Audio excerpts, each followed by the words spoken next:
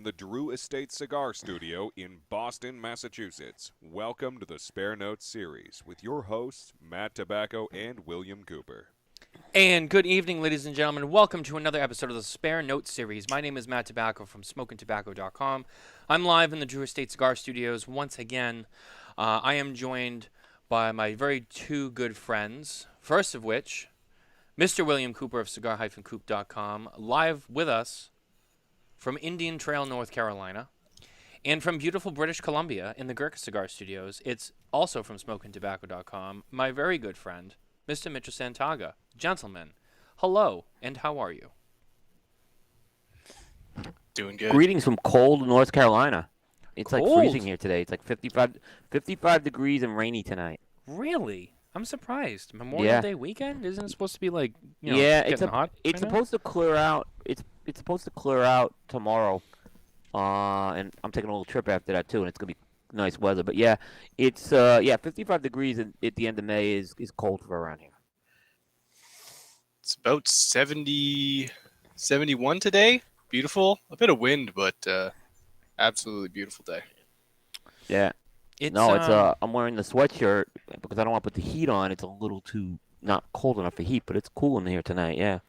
I was gonna say it's what was it, like mid-70s today here in Boston, and tomorrow we're gonna hit almost 90. So, getting really excited. It's gonna be a nice Memorial Day weekend. We're looking at the weather. It's gonna be nothing but straight sun until next weekend. So, it's Same. gonna be a nice week here. I'm very excited. High 60s, mid 70s. I think another day that's gonna be in the 80s, but like perfect, just perfect weather. Not too hot, sunny, just perfect. So I'm very excited. Yep. In Boston, and I assume in the Carolinas, and probably British Columbia too, in the somewhat colder, especially for me and Mitchell, the actual cold areas. Memorial Day is usually like that unofficial beginning to summer. Like, I know the first day of summer is like end of June, but like, really like Memorial Day weekend, that's like, all right, this is when summer starts. So we're on par right now, which is nice. But for William Cooper, man, I feel bad. It's cold. Yeah, Come on. I mean, Memorial Day is summer here. I mean, usually about May 15th is when you start getting closer into those summer months. But like, the difference is where I am as opposed to where you are is, I'm probably more inland than both of you guys are. I'm a couple hundred miles from the ocean, so it does cool down here at night. But usually you get more you get more extremities in the winter than in the summer. Mhm. So it's kind of in the summer it's still warm here. It can still be 70 degrees and humid. So it's definitely a little unusual here for this type of weather. Yeah, it's and the Carolinas are nice, man. I know people who live there, and the only thing is, you guys still get like the hurricanes. We tend to get the remnants of the hurricane. Yeah, not like I mean, Florida does, but yeah. Yeah, there was one hurricane that hit here in 1989. It was really bad. It was called Hugo, and it was a monstrosity of a hurricane where the hurricane band came up from 200 miles away. But we mostly will always get the remnants of every hurricane that hits the continental U.S. Even if it's like Texas, it comes our way. So, but we and sometimes those rains are very heavy. We'll get. Pocket. Mm. Yeah. Yeah, and Charlotte's a different city. We don't have a river, but we have a lot of creeks in the city, and the creeks will swell. That's a good point too. Yeah, up here the snow and the cold is really bad, and then the humidity in the summertime, but that's manageable. I mean, we're lucky that we don't really have hurricanes, tornadoes, earthquakes, all the big stuff, the major stuff. We don't really get that here, and if we do, it's like so minor that it's like, wow, what the hell was that? Yeah. We just have incredible cold and incredible humidity. Now we do get tornadoes in our area. Like bad? I've actually F1s, not F5s, but we get F1s, F2s. I actually, when I lived in New Jersey, had tornado damage to my house.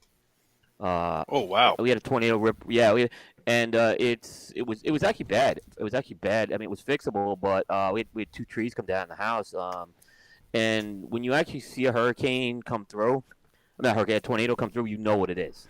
it's a very weird cyclonic effect that happens, and you just know it. And it turned out there was some tornadoes that kind of spurred through the area one morning. Yep. So I've kind of been through. I've actually been in a tornado and an earthquake in my life. So I haven't. I will say Yeah. I have not experienced that. And Yeah. sorry, I'm getting up on camera to grab my butane off the shelf. We're waiting for our big earthquake to come. We've been waiting 30 years, so yeah. we're right on I was in right on our earthquake fault. Yeah, you are. You guys are. I was in Washington D.C. when that 6.1 earthquake hit. I was actually in the D.C. area that day when it happened. And I actually never had been in an earthquake, but I knew what it was. I turned to someone who lived in the West. I said, "Are we going through an earthquake right now?" And they're like, "Yep." And so it was almost like a train coming through, like it felt like a train coming through Yeah. next to the building, and there was no train tracks. So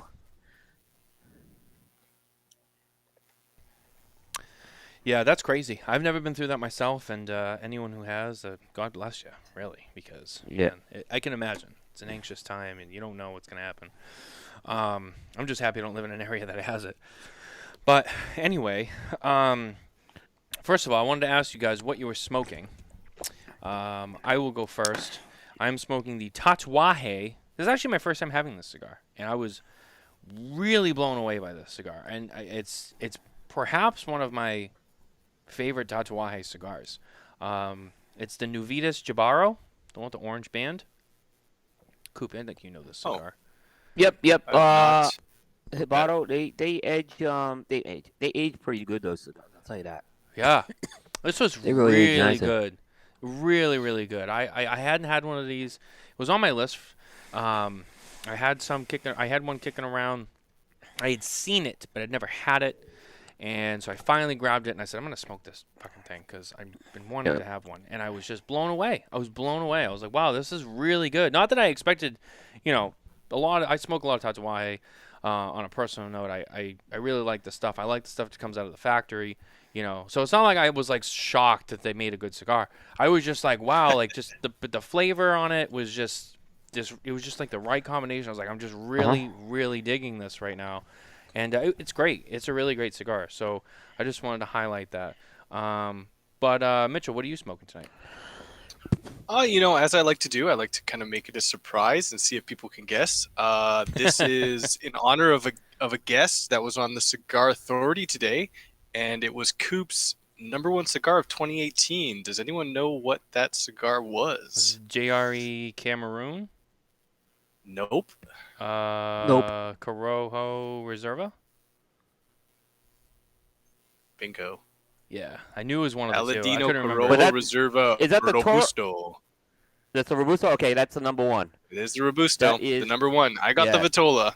Vitolas matter, Coop. You tell me that. Vitolas Vitolas- matter. Yeah, and especially with that line because they all smoke very different. Yeah. Mm-hmm. I almost pulled one of those out like today too. I probably could have. But it's a great. I mean, I just love that cigar. What size is it? My Robusto. Yeah, so I remember when that cigar came out, and back then I spent a lot of time at Two Guys Smoke Shop, and this is before my media days, and that's a shop that both carries that carries a lot of Aladino, JRE and CLE. They carry both brothers, and I remember when they got that in. And the staff was raving about it. Like it's all they would smoke, and the staff was buying boxes of it. And every time I'd go in there, I'd spend 4 or 5 hours just hanging around. And during that time, 2 people would both smoke one at some point. I mean, like every time. I mean, that cigar was huge in that shop. I just remember the buzz, and I remember, and it's good. I've had it. I smoked a lot of them myself, but I just remember when that came out, and then ever since, that's been a huge seller for them specifically. That's a really popular one in that shop. Yep. Yeah, it's a great cigar. cigar. I think this is my 3rd or 4th one. Obviously, we don't I get buy those Aladino by the up here, box. but I buy them by the box when Yeah. I get them. Yeah. Yeah. Now, It's just really good flavor all around. Just balanced, a little bit on the peppery side when you start up, but it just really, really mellows in. Yeah. It's a really good cigar. someone told me, I don't know how accurate this is, but I heard this from someone who said that the Aroas grow eucalyptus at the farm. Yes, I can tell you And- they do. Yeah, and that often plays a key role in a lot of the flavoring, but especially in that blend, it's really picked up, and it's because they grow eucalyptus on the farm in the soils, and so that's kind of how that all kind of gets inter. That I'm not saying yes or no. I didn't hear that. I'm not sure, but I know one reason why the eucalyptus is there is that some of the stuff they believe can fight the blue mold with the Corojo. Yeah, and So, I know, but I'm not, yeah, and I know that. possible. I don't know, but yeah. I know. Sorry, I know. I was just gonna say you made the comment with the blue mold. I know in the last spare notes we talked about what's the one Christian's doing? The ultra premium. What's the name? The sensorium. The sensorium. Now I know that one they're using that new kind of tobacco that they've had a hard time cultivating because it's so prone to the mold. I forget what it is. They're using something different. There's a different kind of tobacco that I guess they're using. For the Yeah, first time. it's some varietal that was grown for the first time for this blend. Yeah. Yeah. And I know it has like a low yield, previously it's had low yield because it is so very susceptible to the mold. But Yeah. apparently they've gotten it to work because now they're coming out with a product. Yeah. So It's Pinot Reno. It's called. okay, The I'm glad you tobacco, can yeah. pronounce those because I'm horrible with it. I tried. I'm not saying. Piñarino. Well, Pinarino. I wanted to give a quick update to those who are listening and watching with us live. Of course, if you're listening to this later on the podcast platforms, we thank you. But it'll probably be this probably will mean nothing by the time you're listening. So there's two big games on tonight. Celtics at the Heat, fighting to stay alive for a Game 7, and we are at 4 minutes left in the second quarter of the first half, and it's 52-41 Boston. Now, if you've been following along with this series, you know that the Celtics were down 3-0. They went into Game 4, losing, came back to win that one, came back to Boston,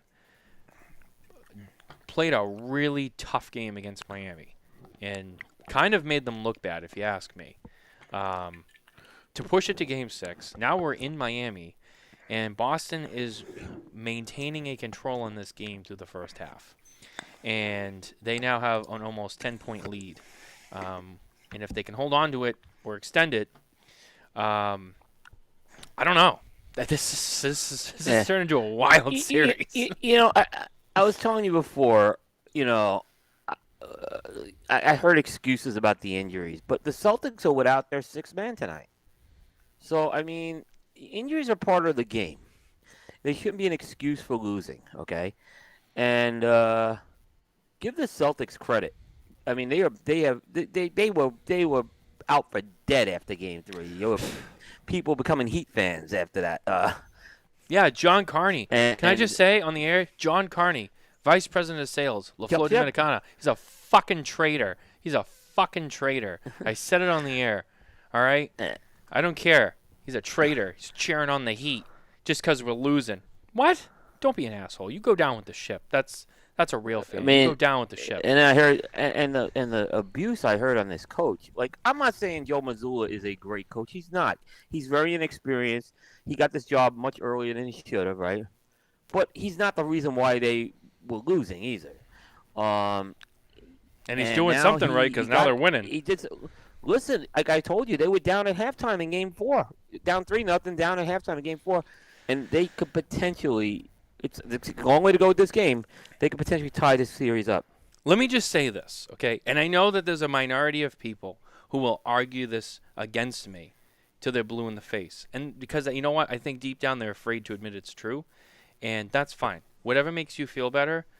But I personally believe in anything you do, but especially sports, professional sports, there is a mental game. Anything you do, whether it's your job, professional sports, there's a mental game that goes on here. Now, you got a 3-0 lead. You go into game 4. You lose it. Okay, fine. Whatever. You know what? All right. We got 3 games. We won 3 in a row. All right, whatever. We lose game 4. Shit happens. Go back to Boston. You lose game 5. It's like, all right. We had this thing ready to go. Now we just lost 2.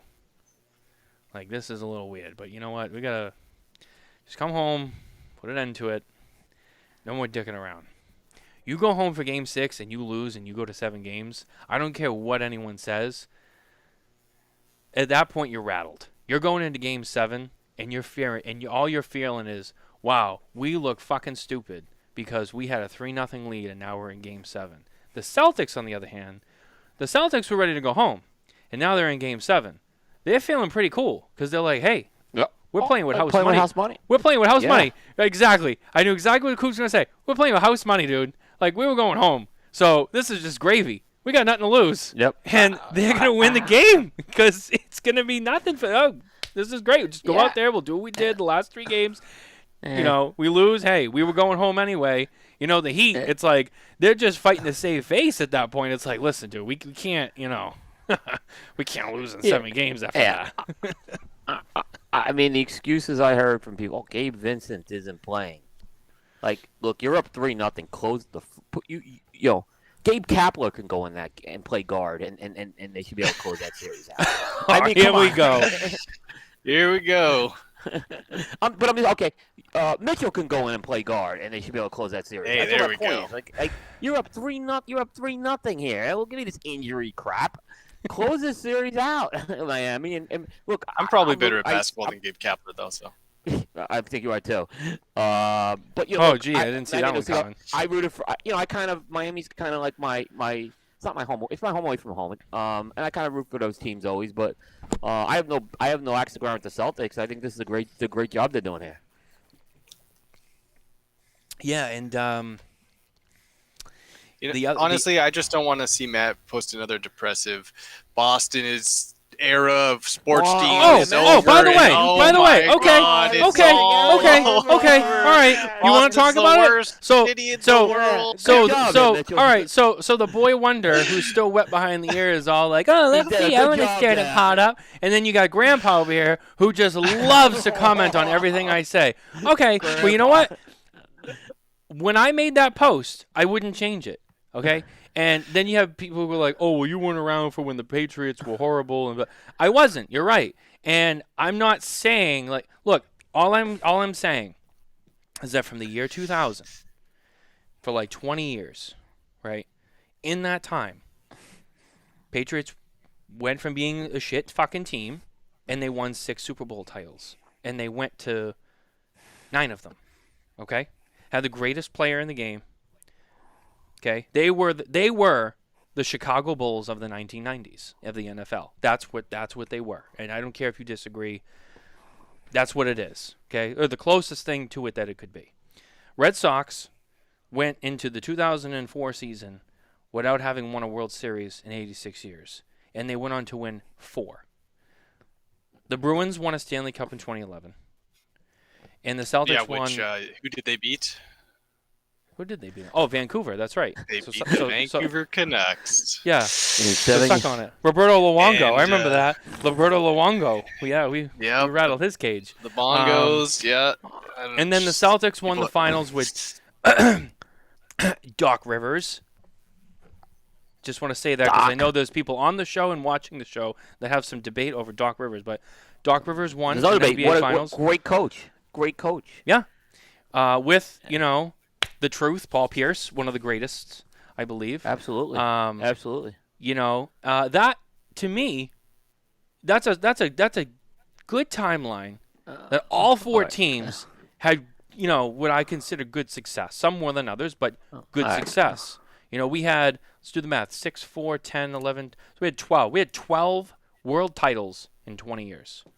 Okay. That's a good span of time. It's not like we're talking like 5 years, 20 years, okay? Good time. Spread out through those 20 years. We as fans, saw a lot happen. And what has happened now? Tom Brady has left and retired. The Red Sox just, they step over themselves. They go a couple years and they're shit. And then all of a sudden they have one great year. They win a World Series and then it's shit. I don't know. We'll see. Bruins have gone to 2 more Stanley Cup finals and they just couldn't close the door. I know everyone's saying, well, they won, the President's Trophy this year. Yeah, and that is great. But they lost in the first fucking round. I'm not saying they had to win the cup, but the first fucking round. Come on. And they lost to the conference champions though. Also, you got to remember that. So theoretically, they got.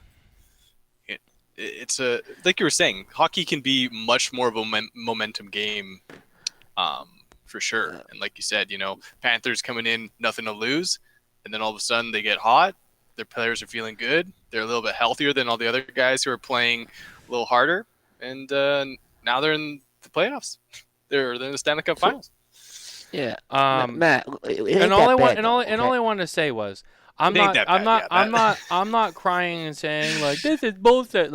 No, as I said, I'm thankful for all the success that we have had. It's more than a lot of cities have seen in a long time. There's cities out there that see one team win a championship once every 10, 20 years, and that's like a big deal. We've been very fortunate, and I'll never forget that. And, I'll admit it. It's true. We're very, very lucky. And I'm not crying and complaining and saying, we should be winning more. I've always said, there's been a period where Boston was looked upon as, hey, all the teams are, doing good, right? And I knew, hey, this will end, just like as Patriots fans. All the Brady Belichick years, we all were well aware. Hey, someday this is going to end, and this dynasty we have where we're the untouchable Patriots, it's going to end. I think that time has come.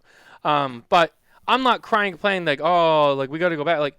When it ends, and that's it. And we will wait again. There's no people are you weren't there for before, and I'm not talking about that. I know that there was a before, and then we had a really good period. Now I think we're starting to move away from that, and that's fine. I'm not complaining. I'm just saying, I think it's just time that Boston fans, we need to come together and just accept, hey, don't be too high on the horse because, we're not where I think we're moving away from, always being in the championships and all of that all the time, which is normal and that's okay. And everyone chastised me, and I'm just trying to make an honest point, But Coop, I know you got something to say. I'll let you have your piece because I love you and I think that's fair. But go ahead, say what you want to say. I just wanted to make sure I clarify what I said so you understood what I was trying to say. Yeah, okay, but it's not that bad, Matt. All right, so listen. I didn't say it was in the toilet, but yeah. Oh, the Boston Red Sox are 2.5 games out of the wild card. This time last year, the Phillies were 10 games under 500 and went to the World Series. They could easily get in the wild card, and anything can happen in the baseball playoffs. Patriots were 8-9 last year. I get it. It was a down year for the Patriots. I think you're going to improve. All right? Okay. I get that. The Celtics, you're playing in a conference championship, and the Bruins, look, they won the President's Trophy. Every team gets into that President's Trophy trap. They're going to contend next. They're going to be contenders next year. So I hope so. It isn't that bad, Matt. I understand that you're at a level that few cities can get to, but it's not that bad. It's not some of the years New York City has had over the past few years. What was that buzz? Was that me? Who was that? Oh, I think it that was me. I think that was me. Is it good? Yeah, it's gone, but I don't know who that was. All right. No, I don't think it's hopeless for you, Matt. Is what I'm saying. I agree, it's not at the level it was, but And that's all I meant by it. We're not at the peak anymore. We're not. I think we have peaked, and now it's like. I'm not saying we won't have success, but I don't think the glory days are gone yet. Is what I'm saying. I think but I'll tell you this much: if the Celtics come back, and they do win this series, okay, and all the Miami, fanboys out there, you're still pulling. I know, but just shut up and listen for a second. The Celtics do come back, embarrass the Heat, and they win the series. Historic comeback. Something that this team has already done twice. The city has done twice. We got to win the finals. Without it, I think it's like it's great, but it means nothing. They do this, they got to come back and win the finals. And if they come back and win the finals, I will publicly come out and say, hey, I was wrong. We still got some glory days left. All right? But I wrote that post when we were also down in Game 4, looking at going home. And I'm like, this just starting to feel like, hey, like we're creeping into the playoffs and then, shooting ourselves in the foot. It's happened a few times now. It's like, all right, things are just not where they used to be. And I'm not, I'm just saying, like, hey, sometimes you just gotta, get a little reality check. And I wasn't saying it was that bad. I'm just like, hey, it's just not where we're not at the top of the mountain anymore. But and I know the Patriots are still far from where they were in the 70s, 80s, and 90s. I mean, even the 90s, they got a little better. But the 70s and the 80s, I know. People didn't even go to the games. They were gonna move the team. It was so bad. I know. And I know we're not even close to that. And we've also gone from a team who was purchased for $174 million, which was, at that time, still high. In, what was it, 94, Kraft bought the team? And now the Patriots are worth $6 billion, with a B. $6 billion. So, I know. It's probably not even going to get back to that point, at least for a long, long time. But I was just making a point, like, hey, we can't be overconfident anymore, and we're not in a position to be overconfident. That's all. Yep. You'll be fine. I think you'll be good. But you know what? You're right, though. I still think there's room for us to squeak out a couple more little, achievements, but just not as easy as it once was. Did we even get to what Coop is smoking? I don't even think so. On to a second cigar here. We got side rails. What do you smoking? Sorry, there, Coop? I got a Plasencia Almaforte, the Nestor. Yep, this is the Box Toro. That's a good one. Now, I actually. My second cigar is made by Plasencia. Long story short is, I asked someone to pick me up a cigar, and they got me the wrong one. I wanted the Claro, but I just said I'll smoke this anyway because it's a good cigar. Actually, I like the traditional sizes of the Almaforte better than these hexagon things and stuff like that. They don't really do it for me. They're just kind of cool to look at, honestly. Yeah, but they don't smoke. I mean, actually, the best size of the regular Almaforte is the Robustus, but the Toro is, I think, the next best size. And then they get the Figurado, which I'm not a fan. I'm not a fan of that either. It looks cool, but smoking it, it wasn't for me. Yeah, but I do love their cigars, and the other sizes I think are great. It's just that size. Yeah, man. Even the 6-sided, the hexagon one. I don't like it. I don't mind it. It's not bad. I can. I just don't get it. I never get a good burn off that thing. I noticed that the Claro one smokes better than the original. That's the only thing I've noticed. I don't know I don't know why, but I've had a couple of each, and the Claro always smokes better. I don't know why, but it does. I'm kind of thinking Plasencia is going to do something at the trade show this year. It's usually every other year they come out with a new line, and then in between the line extension. So I'm thinking that this year is a new line year they're going to do. I don't know what it is, but that's my gut feel on it. Well, I was gonna say, so tonight I've been going back to the comments here, just because we were going off on our little tangent there for a minute, and a lot of the comments were about us talking about sports, which like it happens from time to time, especially when you got Coop, who loves to express his mind when it comes to sports. You got Alan Rubin, who's in the comments, who loves to express about sports. I got Jay, who's giving me Celtics updates in the comments section. So yeah, I mean, we're not alone up here. We got the audience is probably fueling this too. Yeah, Alan's convinced Gabe Vincent's the greatest thing. Nice player, but not the difference. Yeah. Alan should play guard. And they should win that game. Alan said Doc is not a coach. He doesn't have a job right now. So I'll let you. You know what? I am shocked that he is not. He may be shut out of a job. If he doesn't get the Phoenix job, I don't think he's gonna have a job this year. He's not wrong. I think he'll go. I think he'll be back in a year. But if he don't get the Phoenix job, he's not coaching next year. Yeah. Well, I was gonna say. So tonight, I was looking at the schedule, and at our current schedule on how we do this show, because we're a bi-weekly show. We only have a couple more episodes before the trade show. After tonight, we'll only have 2 more shows. When you think about it, that's pretty crazy. So it is that time of the year. If you did come for cigar media coverage, you are in the right place because we are going to get to it. We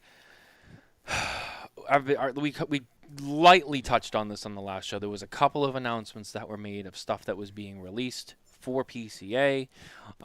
We've already talked about some of those this week. Sorry,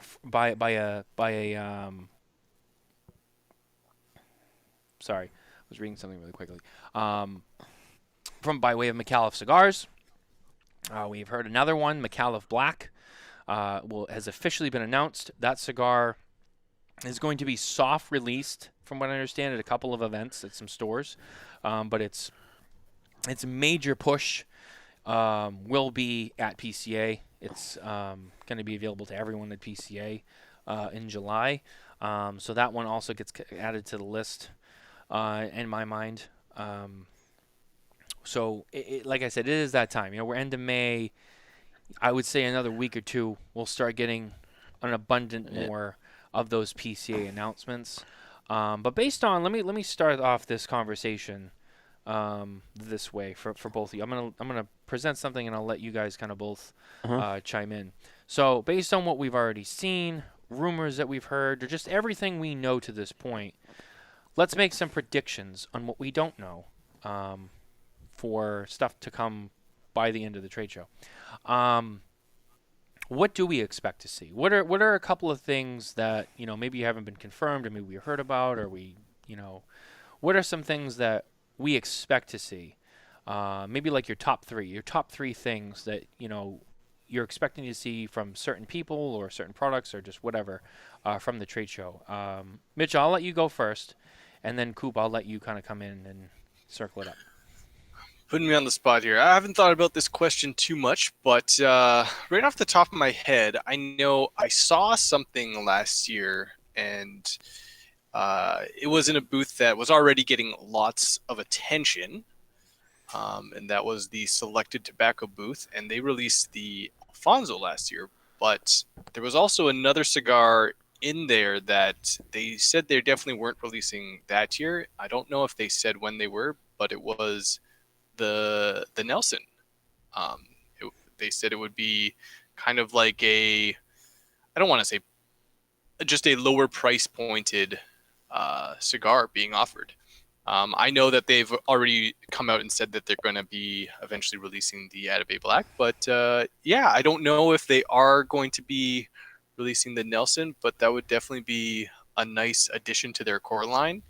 It'd be great to see that there, and maybe have some samples of that.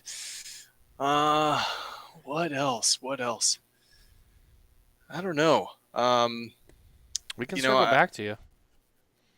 Yeah, I don't like. Yeah, go ahead, Coop. We can circle back to you. Okay, I mean feel free to interrupt back too. All right, so I just want to make it wouldn't surprise me if Nelson is there this year at the trade show, and it wouldn't surprise me if it's not. Is well saying that. Yeah. But there is a big one I have, and I think all the indicators are it's coming out at the trade show, and that's Perdomo 30th. I would say that's the one I'm looking at right now. Nick hasn't come out and said it, but it's sounding like everything's pointing in the direction that we're going to see this cigar potentially at the trade show this year. So that would definitely be my first one that I'm looking at right now and saying, that's going to be a big one for sure. Just because it's a big one. Perdomo doesn't do a lot of new releases, and when they do it, they tend to just do it right when they're ready for it. So that's going to be the first one. Along the anniversary theme is Pete's 20th anniversary. So I think that's going to be the second thing that we'll see. Alan, actually, it's the Tatuaje 20th. The Tatuaje 20th is going to be the second one, where you kind of look at that one, you say, that's going to be something big. And again, I'm kind of going with the anniversary theme. It's Hoya's 55th anniversary. And they'll actually be at the show. And they're going to be at the show. And they've already said they're doing something for the 55th. And they tend to make their product announcements around showtime. So I kind of would say I'd look at Hoya and say something's going to happen. I would see that announcement coming before the show, for sure. So I mean, those three are the ones that stand out in my mind, but they were kind of easy, low hanging fruit because they're anniversary cigars. So I kind of just went with that as well. If I had to go with a non-anniversary cigar, um, yeah, it's kind of tricky, but I would start with Rocky Patel will have something. Okay, what will Rocky Patel have? I don't know, but Rocky Patel will release several cigars at the trade show. So, you'll definitely be something to go look forward to at the Rocky Patel booth. I don't think there'll be any problem with that. We've heard from Casada already. They have their anniversary cigar coming out. Espinosa is going to have, yeah. Another brand, again, just because it'll be interesting to see if they have anything ready with all the factory stuff, was Ozgener Cigars. They did have a little bit of a splash last year. I think last year was their inaugural year into the PCA. It'll be interesting to see if they've got any more core lines to add. Again, kind of going with the new factory as well. And yeah. So they just they are about to release their second core line. And why is the name escaping me? But they just the Aramis. I'm guessing there will be a third line, whether it's limited or core, at that trade show this year. I don't see Tim going into the trade show without something. John Huber's already talked about he's got something coming out of Ernie's factory. We'll read about it on Half Wheel. So before everybody else, and he'll tell you we'll read about it at Half Wheel. But yeah, so he said something as well on that. So and then along kind of similar path is last year Luciano was having a lot of splash with the Mas Igneous and the what was the other cigar he brought in last year? That was the Maria Lucia. Yeah, those two were getting lots of praise. So again, it'll just be interesting to see with all the moves that have been going around with the company to see if they're going to come out and have any big bangers this year as well, along that same kind of line there. I would say he's got. I think one thing I'd probably see the launch of there is probably the rebranded Tiago line. I think we'll probably see that. Yeah, that's true. Mm-hmm. They have the new Foreign Affair line as well. If I was Luciano, I would not be looking to come out with a major new release this year. Because again, I think he's got enough in the portfolio now, and I would really just focusing on building business with that portfolio, and this maybe you can always do a line extension or something like that, or an LE or something like that if you need to have something at the trade show. But I wouldn't add another core line right now, because between the Luciano cigars, the Maria Lucias, the Tiagos, and the Mas Igneous, and Fair, he's got quite a bit of a portfolio right now. I think definitely he's got some room to kind of grow that stuff. Was mentioned in the comments foundation. I don't really know. I find Nick, he kind of like kind of same as Placencia. Like I don't find Nick does a huge thing every year. Like last year Olmec was massive. Like he still has room to grow Olmec. It might be some line extensions, maybe some like stuff, but I know he said he's got some stuff in the work to come out at PCA, but I don't know. And he tends to make those announcements pretty late. Yeah, he tends to make them pretty late, most of it. And then we read about those, unfortunately, in Aficionado. So I'm salty tonight, guys. So I'm not just picking on one company here. I got to pick on every company equally. So, but no, I don't think he had a lot of stuff last year. I don't think it'll be as much. If I was him, I wouldn't release as much this year. Olmec was big. He had the Highcliffe Castle.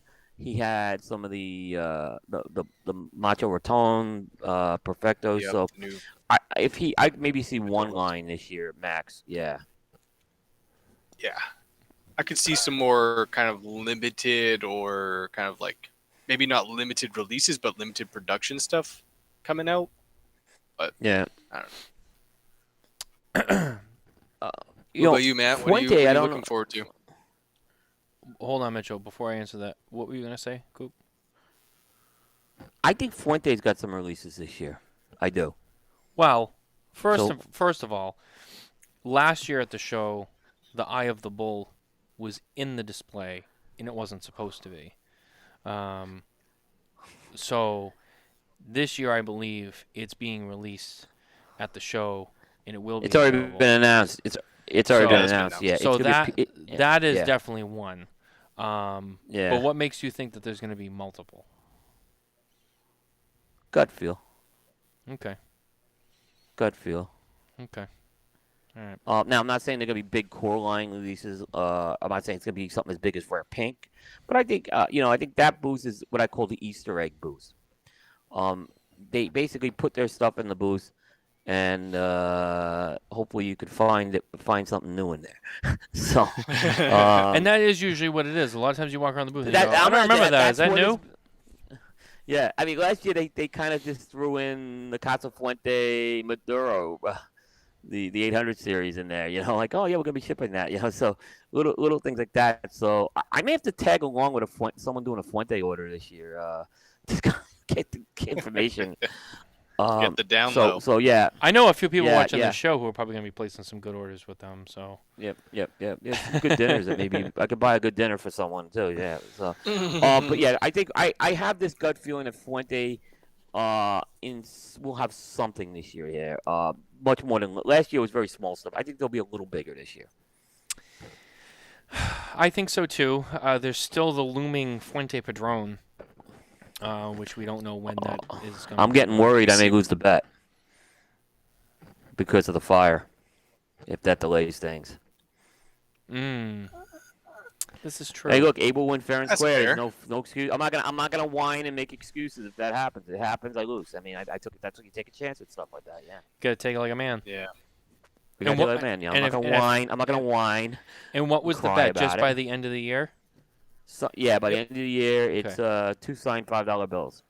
Okay. Okay. But I'm gonna stick with the bet. But gotta admit, when the fire happens, that changes a lot of things. So you just don't know. So. Now it's funny. So one of the we talked with Klaus Kellner, who was on the show this week. Mitchell, you were there, so Good guy. You probably remember this. We talked to them on the air. We talked to them off the air. We had a really interesting conversation. The topic of the fire actually came up, and he brought up a good point. It's something I actually didn't think about. Was first of all, he said, well, the fact that they got that fire contained as quickly as they did, I think was great and amazing. He goes, because I know I've seen fires that have gone on a lot longer, and people, days that they try to keep them contained. So, which is very, fortunate for them that, then it didn't spread to another warehouse, God forbid. But he said another thing that, and not even just about Fuente, but anytime this happens, he's like, there's the other concern when you have a fire like that, and it's near, whether it's near other tobacco storage warehouses or it's in a factory, and maybe part of the factory burns down, and then the other half of the factory is fine, but there's tobacco, there's cigars and aging rooms in there, and they were exposed to the smoke. The smoke from the fire, elsewhere that is within reach, can obviously get into the tobacco, the cigars, and can damage those as well without even being part of the fire. That the smoke damage will get into them because the tobacco will absorb that. Do you think that this could be an even bigger loss if, let's say, a fire of that magnitude? And Coop, I don't know if you've been to that compound where those warehouses are. I have, but I haven't been in those buildings. But we went through it. Okay, so you know how close together all of those warehouses are. Yeah. That's a good point that I didn't even think about is, the smoke from that fire could easily, in that quantity, been wafting, through the other warehouses, possibly getting into some of that tobacco. Is that another concern that, maybe there's more of a loss than people even realize with this fire? The answer I'm going to give is I don't know. Yeah. But, yeah. Because Saka talked about the same point about smoke damage to tobacco. Not that he came up with that theory. I don't know. Again, I don't know where the wind was blowing with that thing or anything like that. So, yeah, it's a fair question. That was just something I thought about, and I was like, hey, maybe it's not just that tobacco that they lost. It could be, whether a portion of, whatever was nearby, if it was exposed to the smoke enough or it got smoke damage. So yeah, you're right. I mean, I don't know what specific tobaccos they were using in there, and what projects those are for, or what lines. I don't know. So and nobody knows really except for them. So it is tough to say. We don't know specifically what exactly this will affect. But it was just a talking point that I thought of. But Mitchell, I'm sorry. Before Coop said something, what was it that you were asking me? Yeah, kind of. Another brand I kind of came up with as well as I was just gonna wonder what other brands or lines that you thought were coming up. But with That's the right. acquisition, I wonder if Alec Bradley has anything in the pipe and coming out.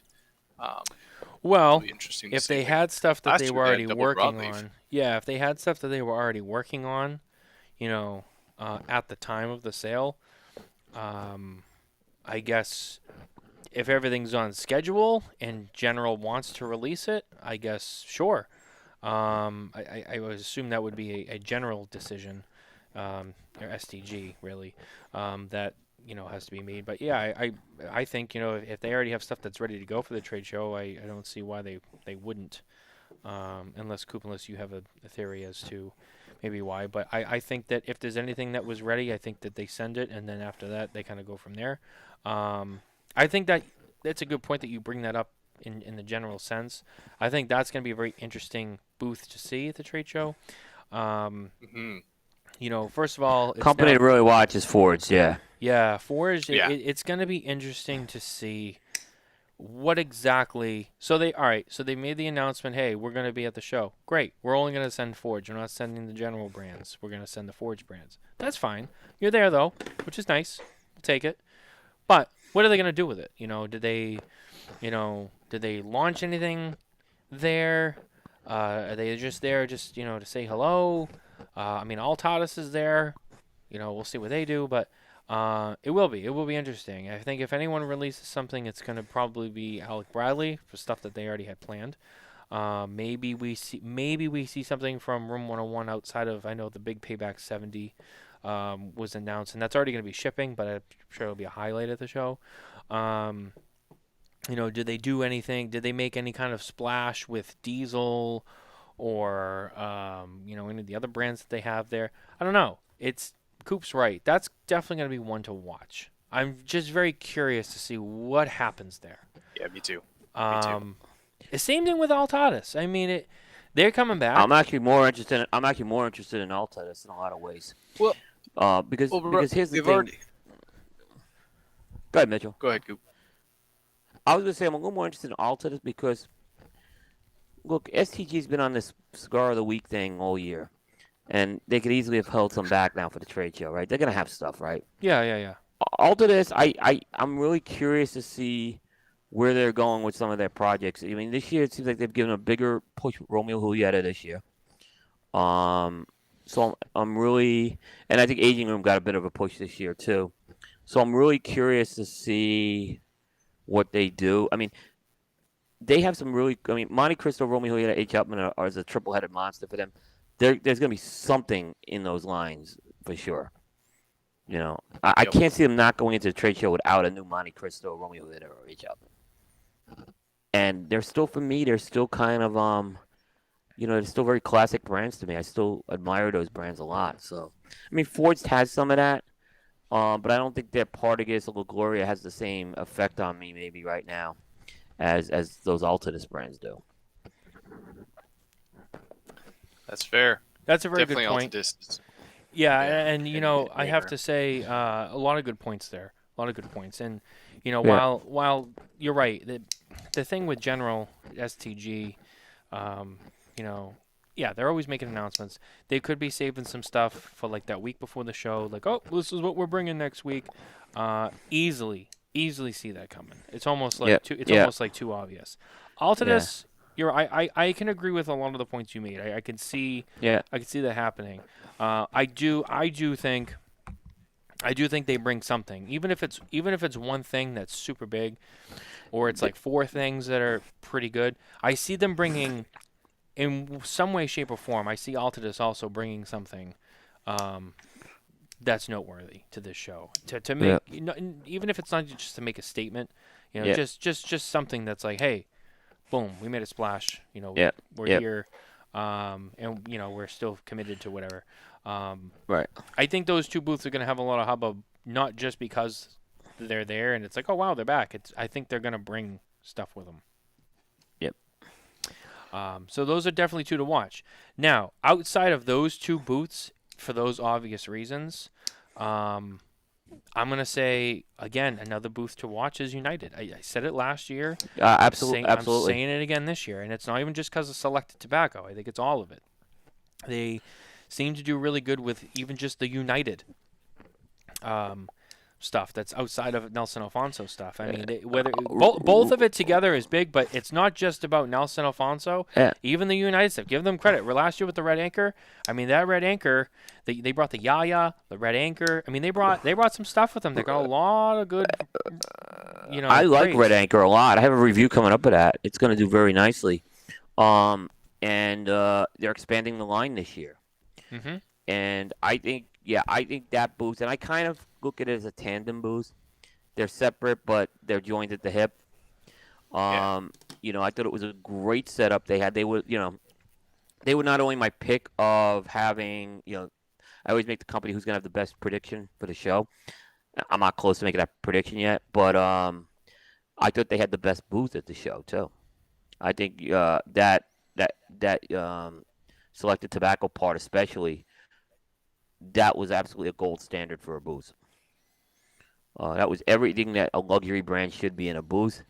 And when I hear people want to go to trade shows and put card tables and tablecloths, then you miss out on booths like we see. Like, that was a beautiful booth this year to see. To go in. And Mitchell, you spent a lot of time in that booth, I know, last year too. So you know what that was like. That was one of the nicest booths ever. That was like a museum. Yeah. It was crazy. It was. It was. It was. I mean, It was like being in like a luxury car dealership. I mean, it was, you didn't want to touch that's anything. exactly it had that feel, Matt. You nailed it. I felt like I was in a Lamborghini dealership. I was like, oh, I don't want to touch anything. It's so nice. And the lighting was great. Okay, so you also do photography. They took the lighting at these booths. What Mitchell? They took cigars at a cellophane. It's like, what an idea, Wow. Who would have thought? I know, right? Yeah, I mean, it's little. It's the little things. And like I said, I think the other, Nick Perdomo used to have an incredible booth. He scaled it down obviously, but that old booth he had, I don't know if you remember it, Matt. I don't know if you were there for that. I don't. Yeah, it was something else too. But yeah, I think like Selected Tabacco. I think that, the Atabey Black's going to be really interesting to me this year. It's a very limited release, but it is kind of changing the NFT game a bit, and I think it's something that's going to give people a reason to see that. I think that cigar. I wouldn't be surprised if that cigar's not on display there though, so people will see it live for the first time. I think so. I think that it's funny too. I looked like a week ago. I don't know as of this moment, but when I looked a week ago, there was still a couple of those NFTs available. Yep. Yeah. I can't remember what they were going for, but there weren't a lot. Boxes yeah. And I'm curious to know if by the time this trade show comes along, if those are all gone now because, okay, there's actually a cigar there, and people see what's already been done with some other NFTs, and they're like, oh shit, let me snag these up. Yeah. But I am curious. See, the only critique I have on that is that they said, oh well, we're gonna make it available to the NFT owners. Yep. And it's gonna go to the United Lounges, and I'm like, see, I don't think you should do that. I think it should just be for the NFT owners. Because then, if I'm an NFT owner, I'm like, all right, so I'm getting this, but someone who didn't jump on and get this thing that's supposed to be exclusive and special, but they were never promised. They were never promised it though. If they were promised it up front, it's a different story. I thought they were though. I thought they were. I thought they were said. I don't think. If think they were. becomes a project, you get first access. I thought that was said. I'm not. 100%. I'm gonna say I I don't remember hearing that, but if that's the case, then I can understand where you're coming from with that. Because I almost remember when it started. It was because I remember the whole thing with like, well, what is the NFT and this and that, and I'm almost positive I heard someone say like, it's not a cigar, it's a digital, but if this becomes a reality and this actually becomes a real product, then if you own the NFT, you get first crack at it. And I'm almost positive that's what I was told. Now, maybe I'm wrong. I'll say it. But I thought that what it was. So when I heard, well, the United Loungers are getting it, I'm like, well, wait a minute. So I don't even need to own the NFT. I could just go to a lounge, or I don't have to, I could just go to one of the lounges and get it. So I was like, what's the purpose of even, having the NFT? Now, I don't know if that means it's like the Atabey and Byron lounges, or if it's, certain United, retailers. I don't have the drop dead specifics on that, but if that is what it is, I would say, it would have been nice to see it the way LFD did it, and the way that I'm pretty sure Abe's doing it with the one he's doing with Pete Johnson, where it's like you own the NFT, you get the cigars, nobody else. Because I think from what I've seen with LFDs, and I know Coop, you kind of disagree a little bit, it's been somewhat successful for them so far. Because those people control it. It's not like they get it, but then a couple other people get it too. It's like, nope, you got to own the NFT to get it. Other than that, I still think it's great, and I'm very interested in the Atabey Black, but I don't know. That's just my 2 cents on it. I'm looking at on Cigar Authority. They have the actual verbatim press release. Okay. And I don't see anything about that, and they were very emphatic to say that this is a concept and not something that's been decided to be a project yet. You're talking about the original press release when the NFTs first came out, not when they. Right. I don't think there was any promise to them at that point, other than this was a digital art thing that they were doing. I mean, I think we all knew that they were planning something, right? But I don't know if they knew if it was ever going to come to fruition. Okay. Then maybe it's something that someone said to me, like lightly in passing, as a maybe. But I almost could have sworn that that's what I thought it was. It was like, hey, this isn't a product, and like it's an NFT and all of that nonsense. But if this actually is a product, like if you own the NFT, like you get it because you own the NFT for it.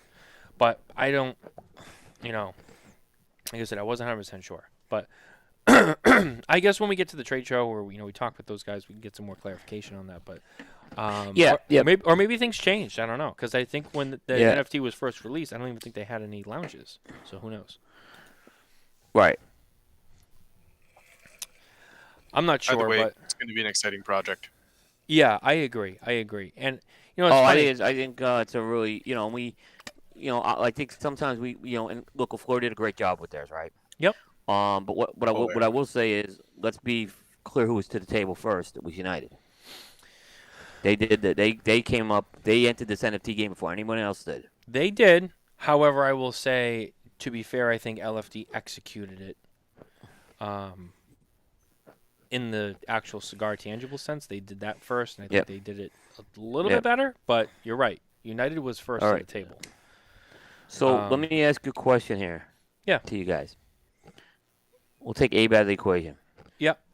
You have an NFT. You have an option to buy it. Let's forget the NFT. You could either get the Golden Bull or the Atabey Black. Which one do you get? I'll go first. Atabey Black. I'm going to say the same thing, and that's not a knock on the Golden NFT cigar. It's just that Atabey Black is something completely different. Yeah, I see the mentality. I mean, I like LFD, and I like the Bull Blend. Oh, I do too, and I thought the Golden NFT was even better than the original. And I love the size. I love Atabey. Yeah, look, I'll agree with you. I think the NFT cigar, which I did get a chance to finally smoke, is better than the original Bull. I will agree with that. I thought the Toro size they did for Jack Schwartz was better than the NFT cigar, though. Really? You think so? Oh, yeah. There's no hands down. I just like that Toro had a little more bulk to it. It was a little thicker. But that Lonsdale format, I totally get why they went with that. It is in every sense of the word superior to the regular Andalusian Bowl. Interesting. Yeah, Miami fans are complaining about the refs, just so you know. So every losing Willie team is Morante's Yeah. complaining That's about the the way to do refs. it. Yeah, I love Willie, but he's always complaining about the refs. Because they're losing. They're in losing, game yeah, six. exactly. They're losing in game Yeah, 6. And when this turns around, the Celtic fans, and I'm not putting you in this, Matt, will complain about Missoula. So, yeah, I'm not putting you in that because you haven't done that, Matt. So I'm not putting you in there. Well, it's 69-63, and another quick update for the Golden Knights Dallas game, which is now a 3-1 series, is in Las Vegas tonight, and I'm surprised we don't have Kevin with us. I actually have the game on in the corner, but it's a little hard to see it. And it's 2-2 in the third period with 14 Yep. minutes to go. So Yep. that's another one. I hope Vegas closes this out because I'm on the Vegas bandwagon, obviously. Yeah. I'm going for the Panthers. Sure. Yeah, I'm going for the Panthers. I know. You're like it's Miami. You're like Pitbull. You're like Mr. 305. Listen, I support the Miami teams in a secondary manner. Is what I'll just say. Yeah, and I never root for them again over my own teams, though. Yeah, and I support the 702 teams. I'm not going to go buy. Yeah, the 702. Well, they have 2 now. Yeah, they're gonna have 3 now at the Oakland. They're gonna have 3. Yeah, we may be going to opening day, and if it goes back to Vegas in a few years, maybe we'll be going to opening day for the A's. Oh my God, you're right. Yeah. The stars could align. We've actually talked about it as a Coop team already. That's true. Hey, I'd go. In a Yeah, heartbeat. Scott, get that timed out. Get that back to April so we get some opening day baseball in. That's true. And you know what? That's every time I'm in town, I'm gonna have to tell Kevin, I want to go to a game, just so we can go. Yeah. It'd be good. It won't be hard to get into. Kevin is Kevin's a true Vegas guy, though. I mean, he's a true Vegas fan. I'll say that. So. Look, I think it's a great story if Florida and Vegas. Alan Rubin's going to be totally tearing his hair out. I mean, it's 2 favorite cities now. I know, right? He'd be torn. No, I think he'll support the Panthers. I think he'll. He has some history with the Panthers and his family and everything, so I think he'll root for the Panthers. Yeah. So I shouldn't say that. Yeah. But anyway, getting back to it. Yeah. No. I mean, look. I mean, another brand. Just because everyone knows I love smoking their cigars, but yeah, go ahead. All Saints, was Mickey Pegott coming out? See, I don't think All Saints. A little quiet. I don't think they release anything else for PCA. I think they have a good amount of products for the lifespan that they're currently at, and I think that PCA for them is taking what they already have and just building on that, opening more accounts, building some more relationships with the retailers that they have, and making some new ones as well, and they build on. They've already, they expanded or they added the miter sizes. They came out with the Vesper sizes, which I think are great. But I think we don't see anything from Mickey this year, but I think maybe next year we see something new. No, I think you can see at least 1 LE, maybe 2. Solamente is supposedly coming back this year. Yeah, I was gonna say an LE, but not a core line. No, I don't think he goes core line this year either. No, I agree. He just finished rounding out, but I think a couple of LEs, at least 1 LE, maybe 2, is what I see. And you're right. I heard something about Solamente. Coop, you were right. I heard something about Solamente. Yeah. Yeah, he talked about Solamente when we had him on the show a few months ago. So I think that's still in the works. Maybe he brings that back as a PCA exclusive or something, or just a small limited run.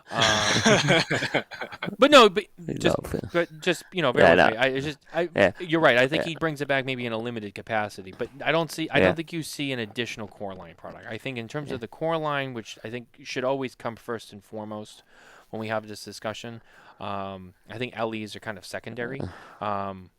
I don't think the core line gets expanded. I think they're good with their core line for this year. That is. That's my thought. So I'm going to say this, and this is not an indictment on the PCA. Oh, here we go. Indictment on the companies. Where are the PCA exclusives? We're getting to June 1st. I mean, if you're going to try to get people to come to the trade show, At least announce what's. I mean, I think Pete and Fuente are the only two who have announced anything that they're going to have. Like, come on, guys. If this is the whole point, is to help people get to the trade show. Where are the PCA exclusives? This program, I said it Yeah. every year. This is why I have no faith in the program. It's not PCA's fault. I think they've done a good job at putting the framework out there. The companies aren't delivering on this. You know what? You're not wrong. I agree. I agree. I 100% agree. There needs I to think be PCA like said a great some framework. sort The of. framework's there at PCA. You know, come on. They can't do the manufacturer's job for them now. And here's the thing: you look at the TAA exclusives, right? And we already look. I'm not even going to bring the TAA up and really get into that. So, Coop, don't even get into the TAA. I'm just using it as a. I'm not going to lose my. I'm not going to lose my marbles on the TAA. But just bear with me for a second, all right? You look at the TAA, and yes, the way that they get announced and all that, and it's not the best, right? We already know. I know how you feel about that, but sometimes I feel It's like atrocious. It's atrocious, Matt. It's not.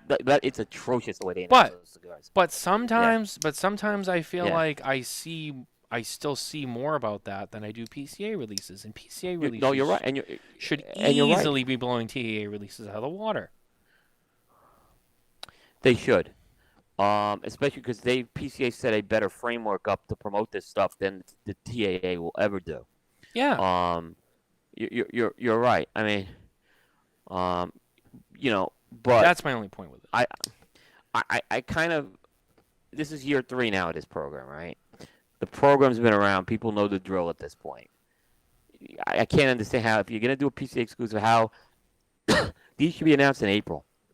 When people, especially in this year, when I think you got people deciding with the next 3 trade shows being PCA, TPE, and next year's PCA, that they're probably not going to be able to go to all 3, right? Right. So maybe you want to put something to try to get them to this year's show. It's the difference is the TAA is they've been doing it a little longer, so I as atrocious of a job they do of it. But this one baffles me. This one totally baffles me, Matt. This should be a slam dunk for the companies to get this done. So I get perplexed by it. I think the PCA has been doing some good things the last couple of years. Yeah. I think they just haven't fully gotten their hands around that PCA exclusive part. And it's a tough one. It's like courting cats. It really is. It's very hard to do it. It's Sometimes I feel like they should almost make it like a lottery system. Like, okay, 10 PCA exclusives. Brands who want to apply for it, you have to apply for it. It's a lottery system. We're going to do 5 big companies and 5 non-big companies. And you get the lottery, you have to commit to making these cigars. They have to be special for PCA, and you have to commit to promoting them and get them out and to get people to the show. Yeah. And then it's like, we have the 5 PCA exclusives this year. They're just going to be released for this year or whatever. Maybe it's going to be continuing. But at this point, there's no, like you said, it's supposed to be some form of incentive. And it's, like you said, we're almost a month away from the trade show. And what kind of incentive is this bringing on? Yeah. And look, I know PCA's had some staffing lately, some folks leave. That could be part of the reason. So I don't want to beat up, but I think PCA has shown their commitment to this program. And I thought last year, the PCA lounge that they had and how they displayed these cigars, that was a great. They tried to do that the first year, it didn't work. This year they got it done. Last year they got it done rather. They did a great job on it. And I think they're putting all the mechanisms in place. Now, they do have some things, I think, contractual things as far as that goes, where they have to get delivered. Yeah. The companies, from what I understand, don't live up to their end of the bargain. This is what I was told. Yeah. This is what I've been told. Well, so it's a shame. It's a shame because TAA doesn't do anything for those cigars. And PCA, I think, is willing to do some of those. Now, some companies, there's nothing to stop a company from saying, I'm only going to sell a cigar at PCA, but we're talking about cigars that are dubbed the PCA exclusives that are going to be promoted by the PCA. And it should be, promoted as, I think, an elite set of cigars, really good cigars. And, we've seen that that's not the case either. Vincent Michael Benetti Did the Gurkha guy just make sense? Damn. Wow. He's good people. Mitchell's good people. So Mitchell's good people. Mitchell. Thanks, Vince. Mitchell knows his stuff. Mitchell does his stuff. Yeah. He does, and I don't think he makes a lot. He makes sense all the time. he surprises me from time to time. But No, he's good. He good. did. Yeah, he no, did. he's doing great. Yeah. He comes out of nowhere sometimes. I'm like, oh shit, that sounds pretty smart. I mean, and I've joked about this, right? There are companies that like I'll give you a great example of something, right? Look at the Wagashi cigar that Saka did with Abe, right? Yeah. That's got more legs than any TAA cigar, maybe with the exception of Espinosa, which Espinosa did a great job promoting the TAA cigar. I gotta say that. Yep. So, but yeah, I mean, this can work, guys, is what I'm saying. If you engage your retailer, your consumer, and your media channels, you're not gonna have problems, is what I tell people. But companies they have a resistance to do that sometimes. Well, yeah. Well, they're most of these TA companies. Oh, I sold all the cigars at the TA convention. I don't need to worry about this anymore. Wash your hands and walk away. Then when your cigars are sitting on the shelf, it looks real good too, guys. So I'm seeing Villiger cigars from like 3 years ago. TA cigars on the shelf. So all right, I divulged too much into TA. So You know what? We're kind of on that. How about a couple of brands that it's kind of like a do or die show, or like it feels like they kind of need to do something. For me, I feel like it's not a huge brand, but they've kind of been up and down in the water. But Freud Cigars, I feel like they really need to have a good show here. I agree with you on that one. That's a good pick. I think they're really treading water here. Sorry if you can hear the dog barking, but yeah, I feel like they're really treading water here. And they came out of the gate, and they were originally very good at media engagement, lesser extent with retail engagement, no consumer engagement. Now they're not doing any of the three. I don't know what they're doing. They basically came out with this alter ego cigar, and no one knows about it because they won't talk to anyone about it. I just think the brand, they got to do, and it's not just media. They got to do a better job in engaging their retailers right now. I don't think they're doing a good job with that at all.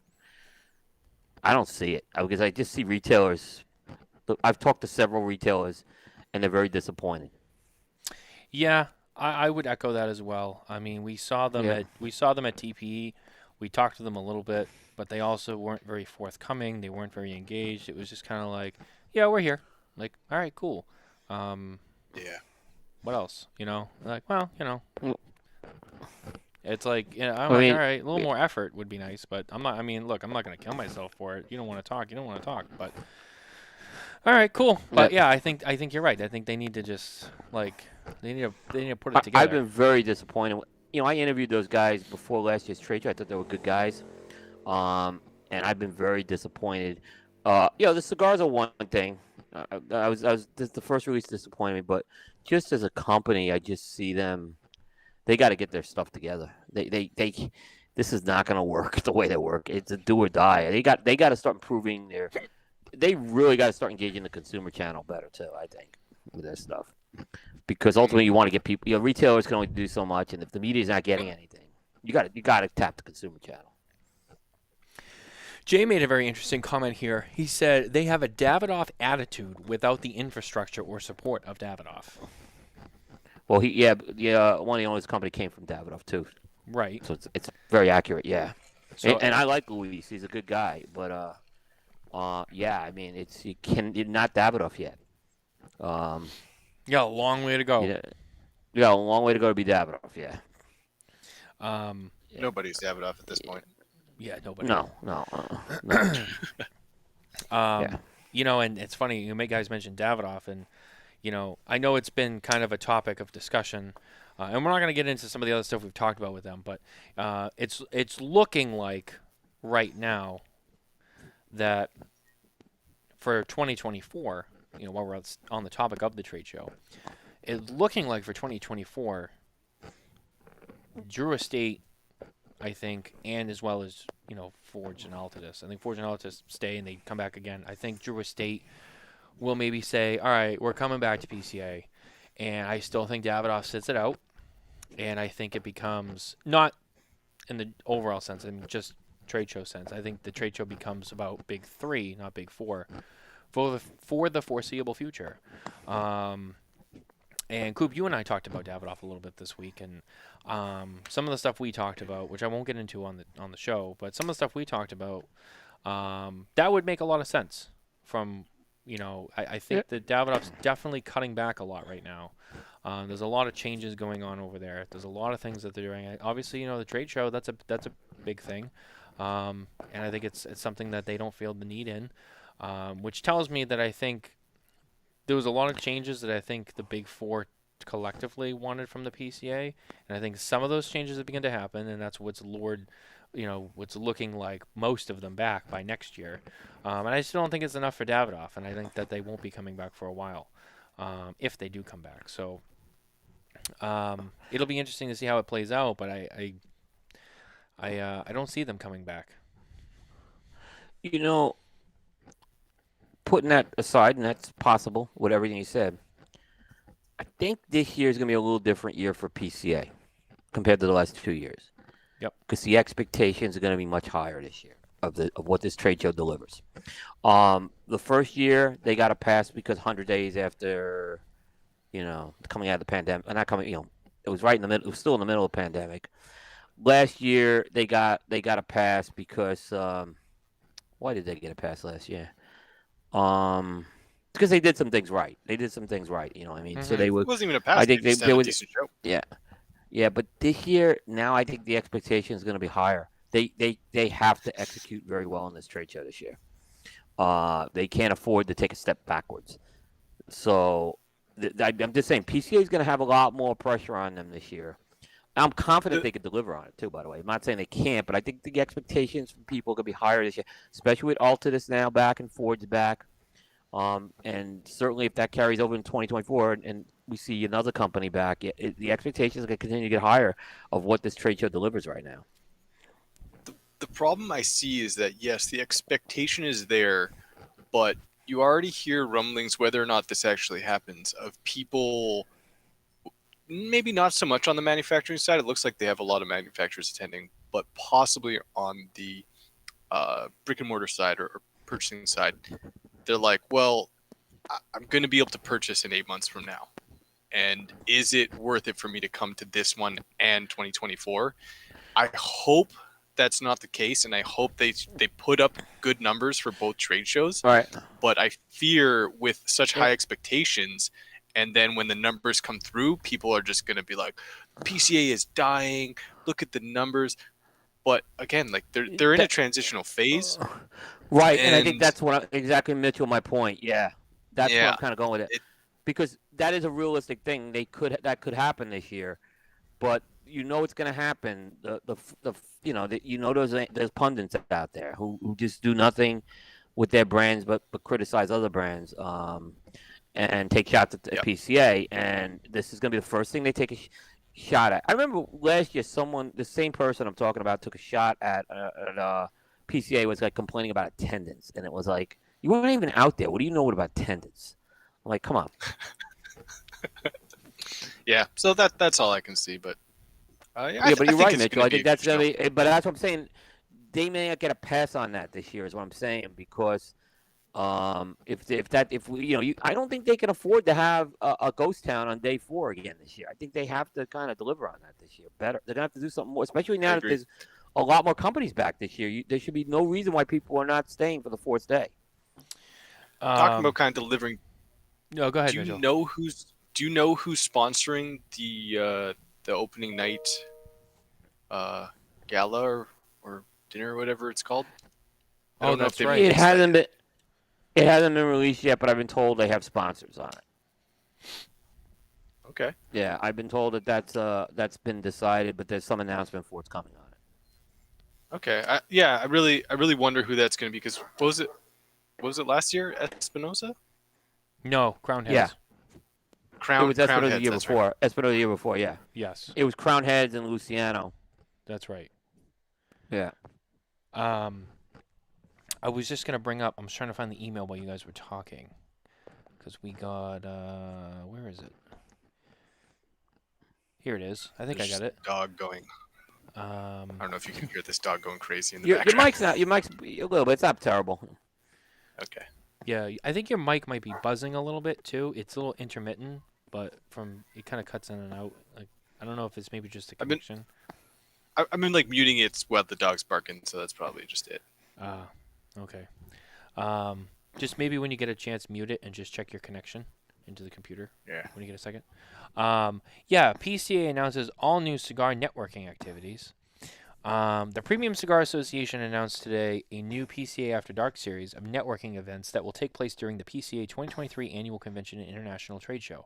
PCA After Dark is a new program that offers an enhanced schedule of nightlife opportunities at PCA 23 at some of the hottest cigar-friendly venues in Las Vegas, as well as optional expedited guest list access to the city's top nightclub venues. I didn't see this. When did this come out? I'm sorry, Matt. When did this come out? This I got this in my inbox on Thursday at 3 p.m. Okay, go ahead. Keep going. I want to hear this because this is the first. Maybe I missed this. Go ahead. Okay.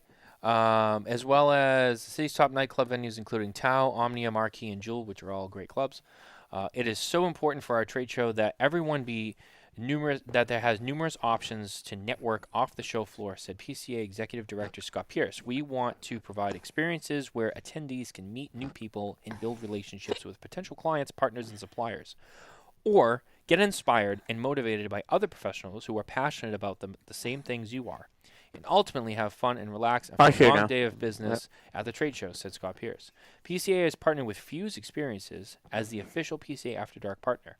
Fuse has an extensive background in creating experiences in Las Vegas and has recently partnered with the SHOT Show and the Car Wash Show to successfully create After Dark experiences.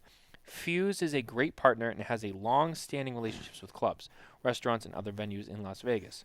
So, we can expect great times, and they can help secure venues for anyone who needs to do an event as well, said Pierce. PCA After Dark offers two options for attendee experiences. Attendees can sign up for complimentary access to the events and choose from optional open bar upgrades.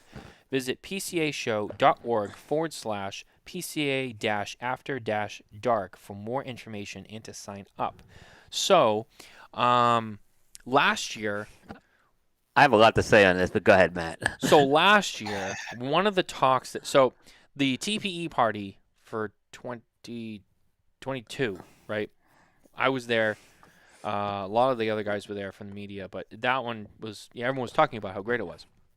We got to PCA, and PCA said, hey, we're going to do this nightclub night or whatever. And I actually sashayed down there.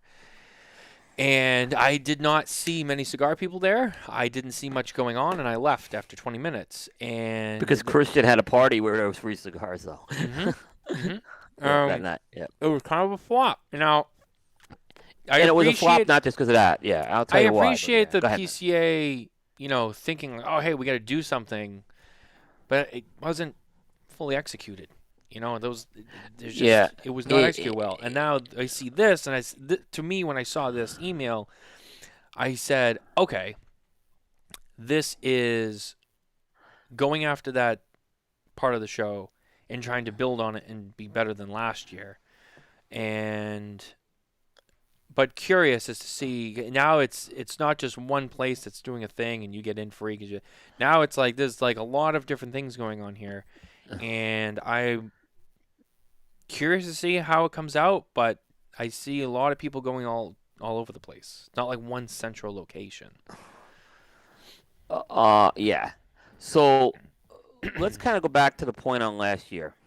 So I mentioned they had a CLE party, but I don't believe that that's the reason why that nightclub thing failed. It failed because it was too far away. And every time the PCA's tried to do something on the other end of the strip, it has not worked out well. They were doing concerts, I remember, on the other end of the strip years ago. They had Eddie Money came out there one year. I forget a couple of other bands. And people just don't want to get in. And it's not cheap in cabs and Ubers in Vegas. It's not cheap. And people are tired. What they want to do is they want to sit around and do this and have a cocktail. That's what they want to do. They want to smoke, okay? Yeah. They don't want – I don't see – so this they probably got a good deal on this concierge service, right? And I would not think this is this sounds like almost too good to be true, but this is like I'm sure they had this service, right, that they were able to get at a good price. And if someone really wants to go to Tao nightclub, right, or not Tao, whatever, one of these places, Yeah. it's an option to do it. And it gives the PCA, they don't have to plan something on far either. I don't have a problem with it, but I don't think that service is going to provide what most people are looking for, which is I want to have a cigar and smoke. Are they gonna give you guaranteed? I want guaranteed seating at Casa Fuente. I want guaranteed seating at the Davidoff place. I want guaranteed seating at 8. That's what they want. They don't. I want guaranteed seating at the Circle Bar, or Bar Luca. That's what they want. That is a very small amount of people that are going to be interested in that. That's like, and to be honest with you, I don't see a lot of people under the age of 35 wanting to go to a Vegas nightclub. You mean I over? just don't see it. Oh, I'm sorry. Did I say under? Over. Correct. Yes. Yeah, and I've been there. I did it once. I'll never do it again. Okay, and I did it under the age of 35. It was a horrifying experience going into a Vegas nightclub. So it's crowded. It's expensive. It's not. You can't talk. People want to smoke. That's what they want to do. That's what they need to do. You want to be able to smoke is what they want to do. Alan said, I disagree. People want to party. Of course. Hold on. People showed up at TPE's parties. The only difference there is that at TPE, it's not just cigar smokers. You had a whole different collection of people there. But it was also within the host hotel. So, last year, the nightclub thing was at Cosmopolitan, which if you don't know Las Vegas, it's a pain to get there. Yeah. I mean, you're at the Venetian Palazzo, right? You got to go down at nighttime on the Strip on a Saturday night. Yeah. And it's probably going to be worse this year because the city's preparing for F1. So I think there's going to be the traffic's going to be worse this year because of that. I know there's a lot of stuff going on in preparation for F1. So you're talking going down to the Strip at 8 o'clock prime time on a Saturday night. Yep. Yeah, it's a pain in the ass. And you're not walking there because it's going to be 105 at nighttime. And you don't want to walk all that way. And getting an Uber or transportation to go all the way down there for all those people, it's too much work, I think, for people. And I think that is part of why it didn't work out. Versus the TPE party, most people stayed at the Sahara or Resorts World. And at least if you were at Resorts World, you were right across the street. And you go right over and you're done. But to go down a couple of blocks, that's different. So let me this whole networking thing, right, that they talked about in this thing. Let me put a scenario. So I'm gonna use Alan as an example here, okay? Because he's disagreeing. I want to network with my McAuliffe rep and his manager. Am I going through this service, or am I gonna say, hey, where are you guys gonna be? Are you gonna be at Bar Luca or one of the other smoking lounges? I want to meet with you. That's how this is gonna work. I don't think you need networking opportunities. To me, I don't see where the networking opportunities are here. Look, I don't think this is a bad thing for PCA to have, as long as it's not costing them an arm and a leg to do this. If they got it at a good price, I don't have any problem with it. If it's not costing anyone anything, to sign up for it, great. I just don't see this as, for our show, the After Dark component is very specific. People want to bond over this. This is what they want to bond over. They don't want to be going to some nightclub. Maybe there's a couple of people who are, maybe Mitchell wants to party. You and Mitchell want to party. You guys are the young guys.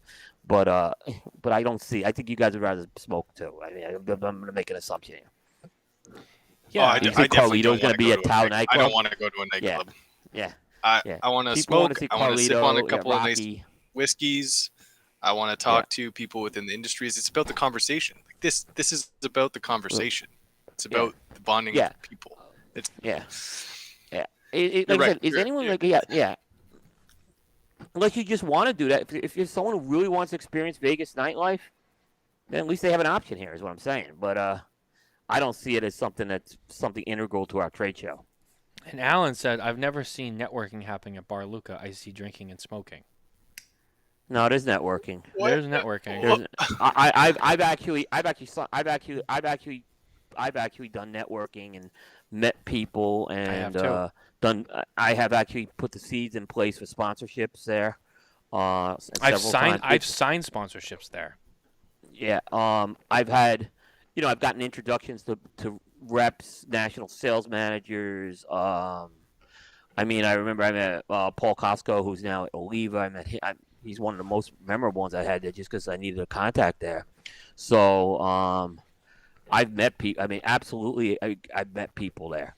And now it's just too crowded for me too. I cannot understand it. But the night I went, Matt, before after the wedding, when you guys went out to dinner, I was at Bar Luca for a while before it got packed, and I did meet some people, and I sat down with here's a great example. I sat down with Rainier Lorenzo, okay, and basically he gave me the story of his booth, right?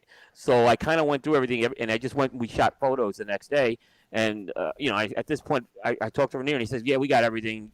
If you want to come by and cover the booth, you want to talk some more, it's great. But I had everything I needed. I got it done there with Rainier that day. So, and it was really helpful because we were so getting booths. We have limited time. So, absolutely, I've gotten networking done at Bar Luca. Yeah, I as much as I hate it, it's crowded, but at least that first day I got it. Yeah. And that was part of the discussion when we talked about the trade show being in other cities. It's okay outside of the trade show floor. Where do people go to network and hang out? It's because people want to hang out and smoke and shoot the shit, whatever. But people also they do network there because you're sitting there, you're smoking, you're having a couple of drinks, everyone's relaxed, and all of a sudden the conversation wanders into that spot where it's like, we should do more stuff together. And it's like, yeah, we should. Well, what do you think? And then and shit happens. It does. That's look, when you're on the trade show floor, it's business. You're working. You don't really have. It's not really the time and place for a lot of that. It's the small stuff. It's the quick stuff. It's placing orders. For us, it's getting interviews, getting info, getting out of the way. Retailers want to go in. They want to try something. They want to learn about products, and then they want to place an order, and they want to move on so they can buy something else. It's that downtime outside of the trade show floor when you actually can take the time to spend more one-on-one time with everybody, no matter who you are. To do more than just place an order or get a quick interview or ask a question or whatever it is.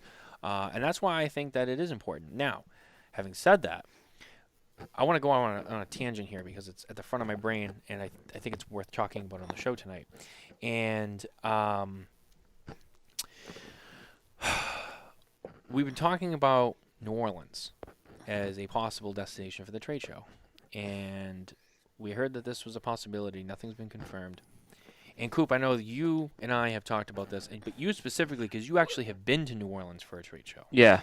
And you know just a little bit more about this than I do. And I know one of the biggest concerns was like, well, what do we do outside of the trade show? There's no place to smoke. There's no place to hang out. There's no general spot, And then this week, it was announced that the casinos in the area were going to be allowed smoking again. And when I saw that, I said, well,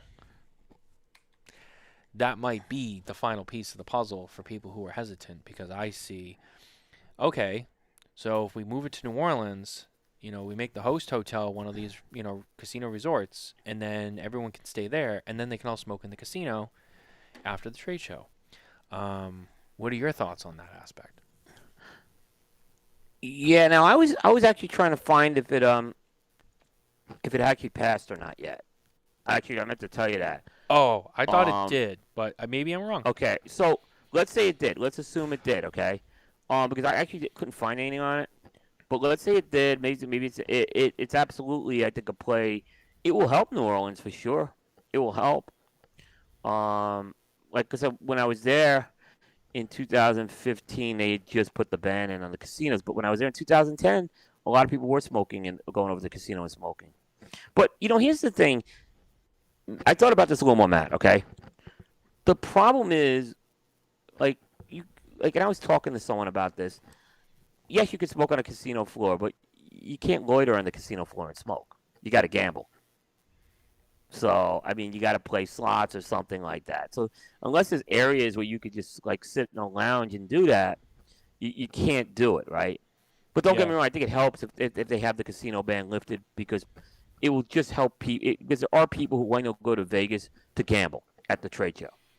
There are people in the cigar industry who spend 3 or 4 nights in the casino the whole time. So It's true. I do so I do think it will help. But I was thinking about this more. I said, you know, uh, there's Vegas is getting very hard to smoke in too right now because again, I don't think smoking on the casino floor a cigar is the answer. But this is a step in the right direction, and certainly, but I think I could see PCA making that the host hotel. I agree with you on that. Why wouldn't they? It would be a perfect thing because at least you could say, hey, you want to stay in the casino, you can smoke. You have to gamble, but you can smoke. It's not unreasonable to say to someone has to gamble if they want to smoke on the casino floor. I don't think it's an unreasonable request either. So yeah. Alan pointed out it was the casinos in Shreveport, not New Orleans, and it's 4 hours away from there.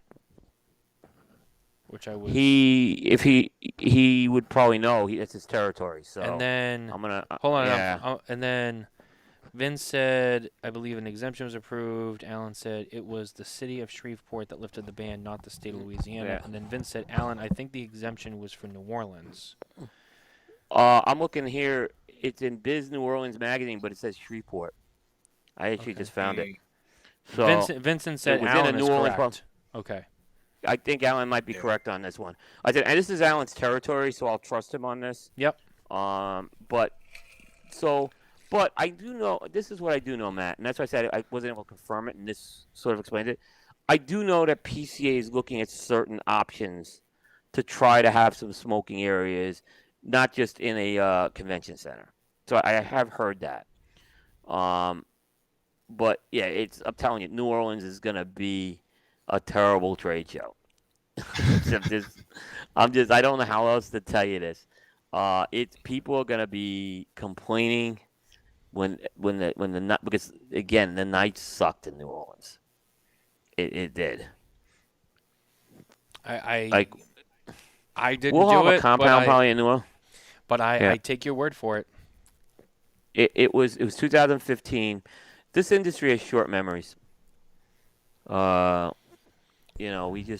when we were there in 2015, it was also the heat of summer. All right. But regardless, I remember we were going to, like, if we had off hours things, we were going all around the city. We talk about people don't want to get a cab to go to Cosmopolitan. Try to go to the other end of New Orleans, right? Or have to deal with the French Quarter and stuff at night. It just wasn't fun, is what I'm going to tell you. And it isn't like I can go back to the hotel and smoke either. So, but I do believe that PCA is probably working this because supposedly New Orleans wants the show.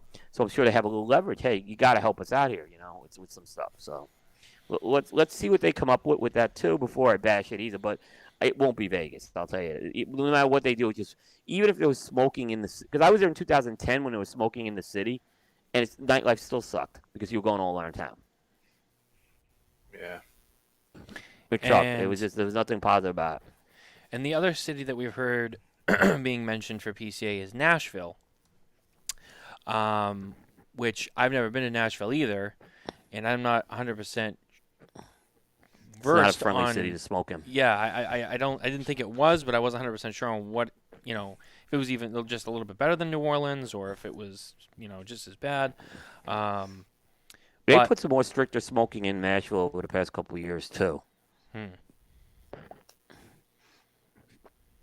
I think that one is more.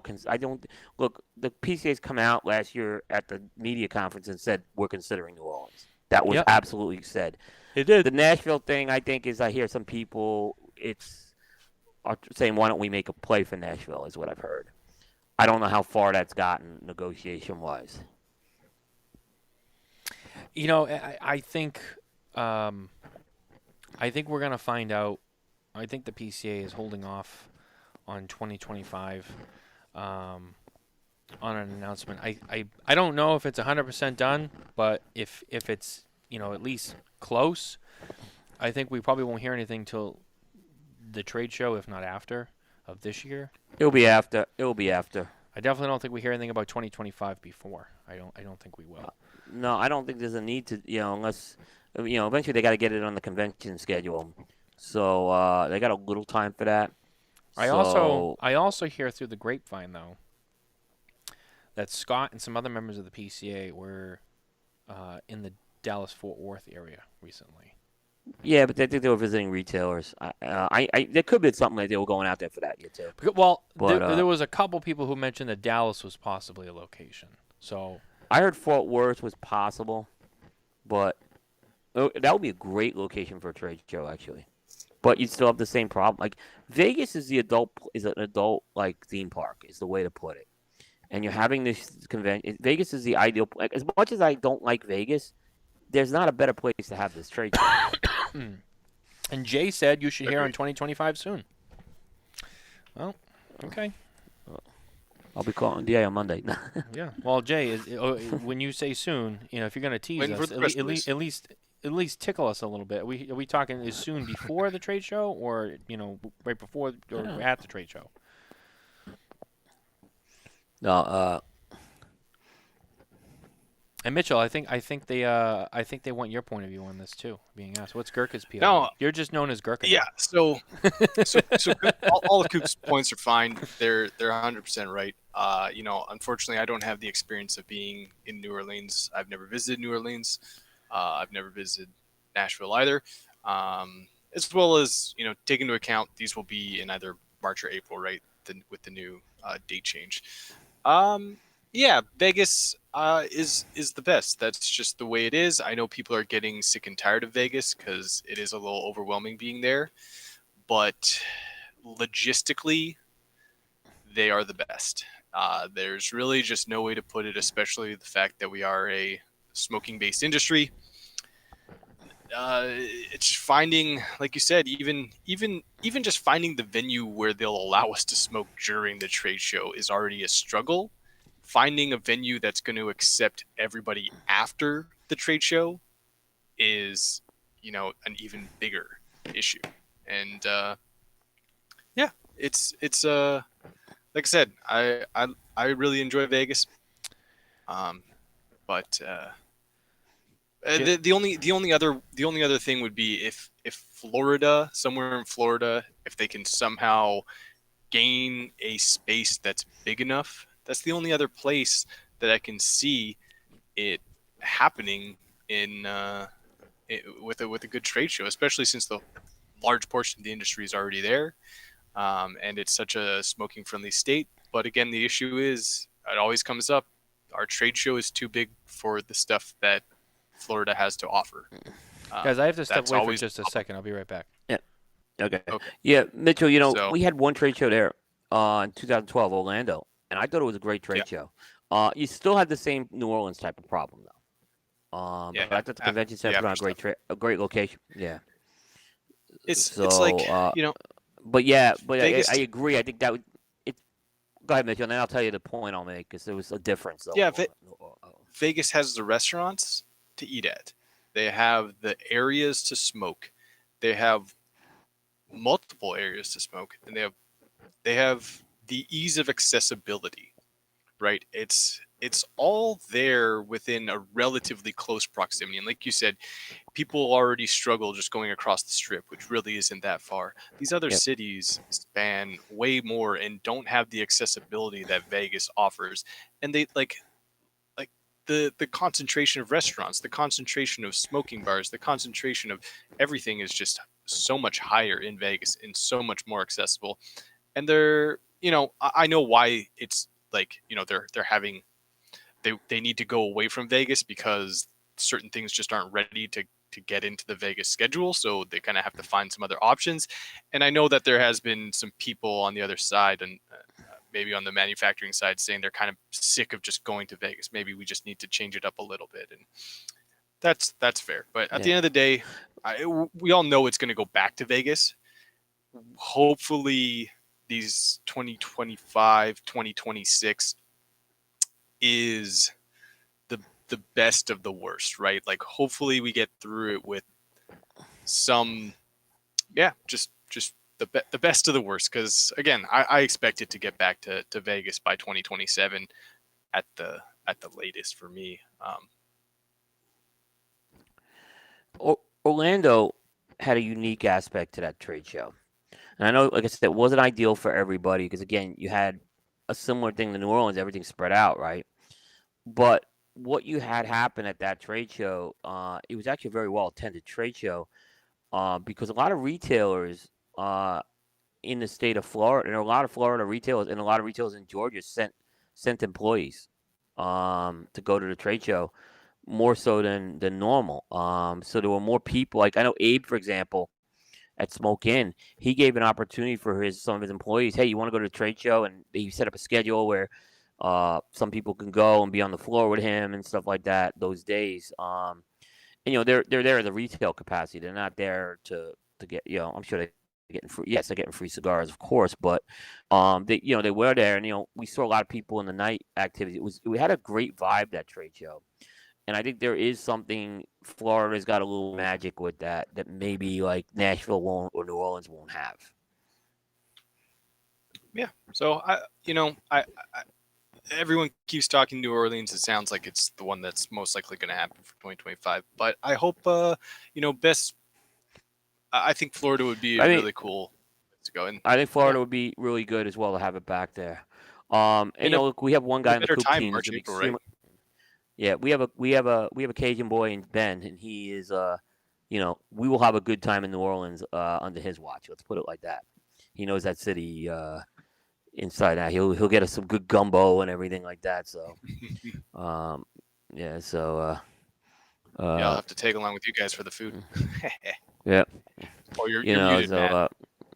We'll help Matt out with the food too. Oh, sorry, as well. I was muted. I just wanted to circle back for a second. Jay had said we had planned an announcement on May 25th, but it's been delayed. So apparently we were already supposed to know plans for 25. That's what I was told as well. Was supposed to be the end of this month. So I guess maybe we will. You guys are ahead of me on that one, yeah. You guys are ahead of me on that one, yeah. Interesting. Very, very interesting. Yeah. Also, right now with less than 4 minutes to go, it's 98-88 Boston. Vegas Golden Knights. Vegas Golden Knights lost 4-2 to Dallas, and we'll head back to Dallas Game 7. for Dallas is a legit team, by the way. They're a really good team. Yeah. So Vegas is too. There's two really good teams out in the West. I know that the game isn't over yet, but I have tagged Willie Morante. Hopefully he comes onto this broadcast, so by the end of this game, we can talk about this and get his feedback. Willie's loyal to Miami like no one else is, though. He's a great Miami guy, but it's not the. I can't say I didn't watch the game tonight, but I doubt the refs have had I doubt the refs have been a problem tonight. Tatum's had 29 points, so. If the Celtics win, it's the second that game is over, I'm going to text Willie and say, so how about them refs? Just to get him going. I think it's fun. Joe Mazzulla is a terrible coach, I've heard from all these people. And not for nothing, but if the Celtics do win this one and they win Game 7 and they go to the finals, I'm going to text John Carney and say, I don't want to hear you root for the Celtics anymore because when the days were dark, you turned your back, and now that they're good again, you're like, oh, never mind, I'm here. And it's like, no. I don't want to hear about Gabe Vincent either. He had 13 points tonight, decent game, but guess what? It hasn't made a difference. I know. Butler, and Jay said Butler is 3 for 19 on shooting. Interesting. Yeah, it's now's the quitter. Yeah, now I gotta say he quit. Yep.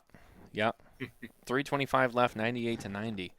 Oh boy, and that's just what I'm seeing on the internet. I think the TV feed's a little bit further ahead because Jay's seeing stuff before I see it over here. So I have 99-91. 99-91. Yeah, I got Boston. It's over. Thank you, Miami. You're gonna. Wait, this is. I don't think Spoelstra is gonna get killed over this. Like, he's a great coach, and they weren't supposed to get this far this year. So now it's 191. But wow. But yeah, is it? Wow. Yeah, it's over. It's over. Wow. Cigar check in here. How's that Placencia smoking there? Fantastic. I mean, it's got those classic Nicaraguan spice with sweetness.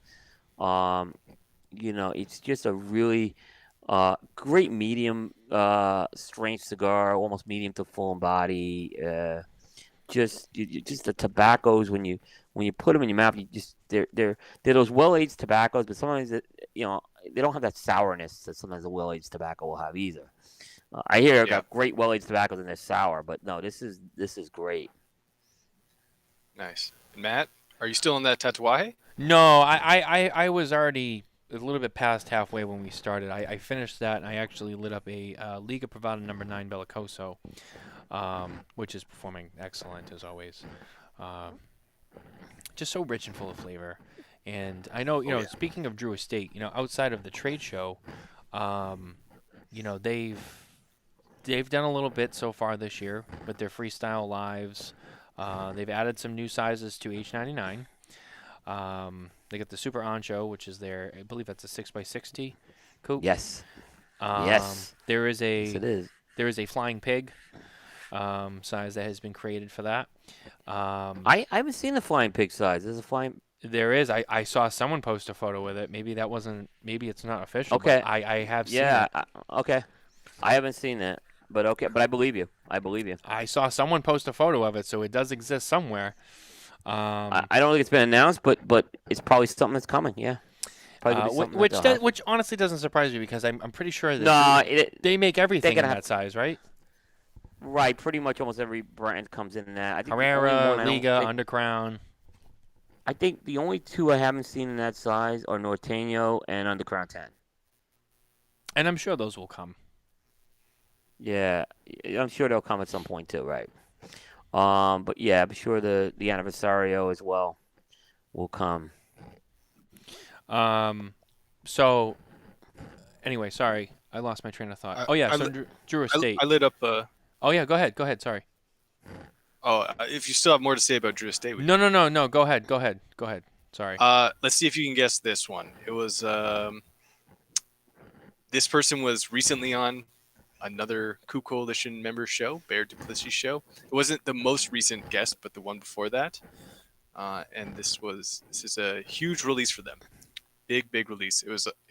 Came out a long time ago, but I'm smoking a big Vitola of it. Do you think you can guess which one it was? Do you know who was on Bear show? A couple the show before ago? This one? Yeah. How many shows ago? How many shows ago? Just two? Two. Is it Casada? Correct. Which cigar though? Probably their biggest release, in my opinion. Casa Magna 60. Yep. It's the Casa Magna Colorado. And wow. Okay. But it is a. Yep. I am smoking the Gran Toro, a big Vitola, 6x58. Yeah, I think we actually did a syndicate on that one too. Yeah, I mean, I think the Colorado, which is actually the Robusto, which is the one that's won the Cigar of the Year, is smoking incredible. But they've moved all the manufacturing that back to the Dominican Republic, and I think there's been a big difference since they're making those now at home. That's why I think they're smoking so well. Willie has arrived. Look at this. Is it the refs? Tobacco's tasting great, and the construction's perfect. The draw's great. Really, is smoking. Yeah, really is. Really well. Really yeah. well. Willie said it's easy to win when the NBA is pushing your agenda. Now we got deep-seated. Come on, Willie. Get your tinfoil hats on, guys. Tinfoil hats on. Come on. And then he says, I wish the British would have invaded. Damn. Wow. Throw that tea back. Damn, sounds like there's a lot of salt down there in Miami. Oh, boy. Jay, can you give me another accurate score update? I'm seeing 197. 197. 101. I have 101.99 here. This is not over, guys. Ooh. Not over. It's very very close, and there's a minute left. Oh boy, I think we're gonna get this one on the air. 100 to 100. Oh, this is. Oh, man, that Heat are really clawing for it.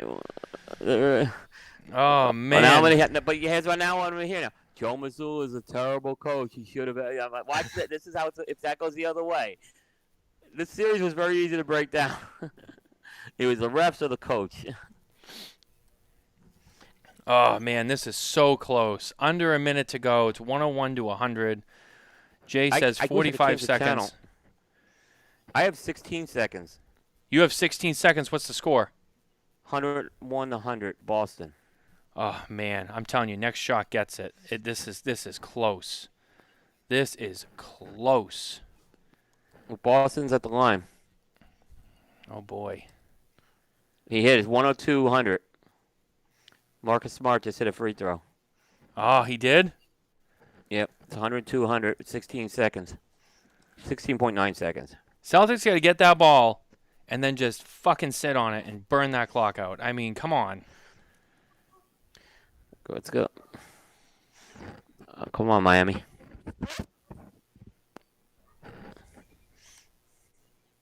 We got high drama here. 16 seconds. I see 101 to 100 with 16 seconds to go. Anyone I got another update? They just fell. It's over. It's gonna be over. It's over. No, it's gonna be over. It's 2 Who? seconds and Who's winning? they just fouled Al Horford. Oh, there was a foul on Al Horford. I'm sorry. The foul is on Al Horford. Jimmy Butler's shooting 2 free throws right now. Oh, are This you is the kidding game. me? My God. Are you It's kidding free me? throws, Jimmy. This is not the refs now, guys. This is hit a friggin'. This is Jimmy Butler's hitting 2 free throws right now with 2 seconds remaining. He'll miss Oh, one. my He'll miss God. You got to be kidding me. This is literally coming down to the wire. Mike Bellady is screaming at Joe Mazzulla over something right now. I can guarantee you that. Oh, my God. He has been killing. Where's- Boston calls timeout. Where is my TV remote? I got to get this going. I never put the TV on while we're on the air, but I I think can't this- find my remote either. Let me see. I got to do this. I've never done this. But You don't have NBA TV? Oh, I got TV. I got NBA TV, yeah, so I can watch it online. That's what I just put it on here. I'm just waiting for my TV to load out here. Here we go. Maybe Coop jinxed Boston by declaring the death of Miami. Oh, I hope not. I'm rooting for Miami. Here. I know. Unfortunately, I'm rooting. I think it's a great story. But I have no bone about Brian with Boston either. So, you better not. well, I mean, Wow. Here we go. Wow. I could say something. I'm backing the coach. I've been backing the coach on this. Oh man. This is for of course, Boston has to pull a timeout. It's ridiculous. But that's good. Actually, no, Pressure that's on. good coaching by Mazzulla. Good coaching by Mazzulla. Seriously, Yeah, because there you go. get your team. Because if they hit the free throws, you got to figure out what you're going to do to kind of with those 2 seconds. So it is a good timeout. Well, you either try to get something fast, or you just, I mean, it's 2 seconds. I mean, It's a pass and a shot. it's a pass and a shot, or you go in overtime, and then who knows? All right, here we go. I'm gonna put Here we go. Play by play.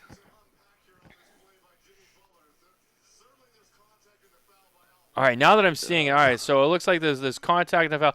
Although what looks like a flop, let me see it again. It looks like a flop by Jimmy Butler. I'm not gonna lie. Jimmy Butler's taking 3. He's shooting 3 free throws. He's going to shoot. Oh my gosh. You want to talk about? Let's say now. Can't blame the refs on this one. Everyone in Boston's going to blame the refs, though. 102-101. He hits one.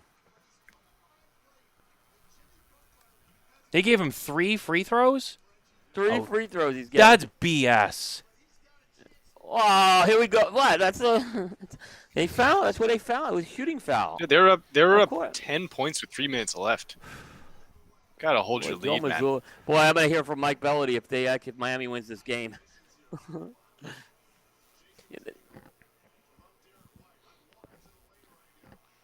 I think everyone like we're on here doing this right now, and I think everyone is literally watching the game. He gets 1. That's fair. I just saw him. He Make hits the the first second. one. It's tie. It's over. He hit all 3. He hit all 3. He hit all 3. Wow. They got 2 seconds. They They can hit a Hail Mary. They had to. This is it. Another timeout by Boston. Wow. Good job by Mazzulla. Here's the Boy. play. Coop's Boy, got this is a Coop. three, Coop and they put Coop- it back to 3 seconds. I don't understand. Coop's got that bottle of Jergens over there from Miami right now. Oh, it's over. Listen, I don't want to hear about refs. Matt. I don't want to hear about refs. Is what I'm hearing. Matt, who Oh, do they man. throw it to for the? Who do they throw it to for the point? You gotta go. I'm you gotta seeing- go to your guy, man. I'm seeing 3 seconds left. I'm seeing they put it to 3. I don't understand that. Yeah, I don't just noticed understand that. Now it's an even 3 seconds. Oh, here we go. It's the refs. Like that 0.9 seconds is gonna make a difference.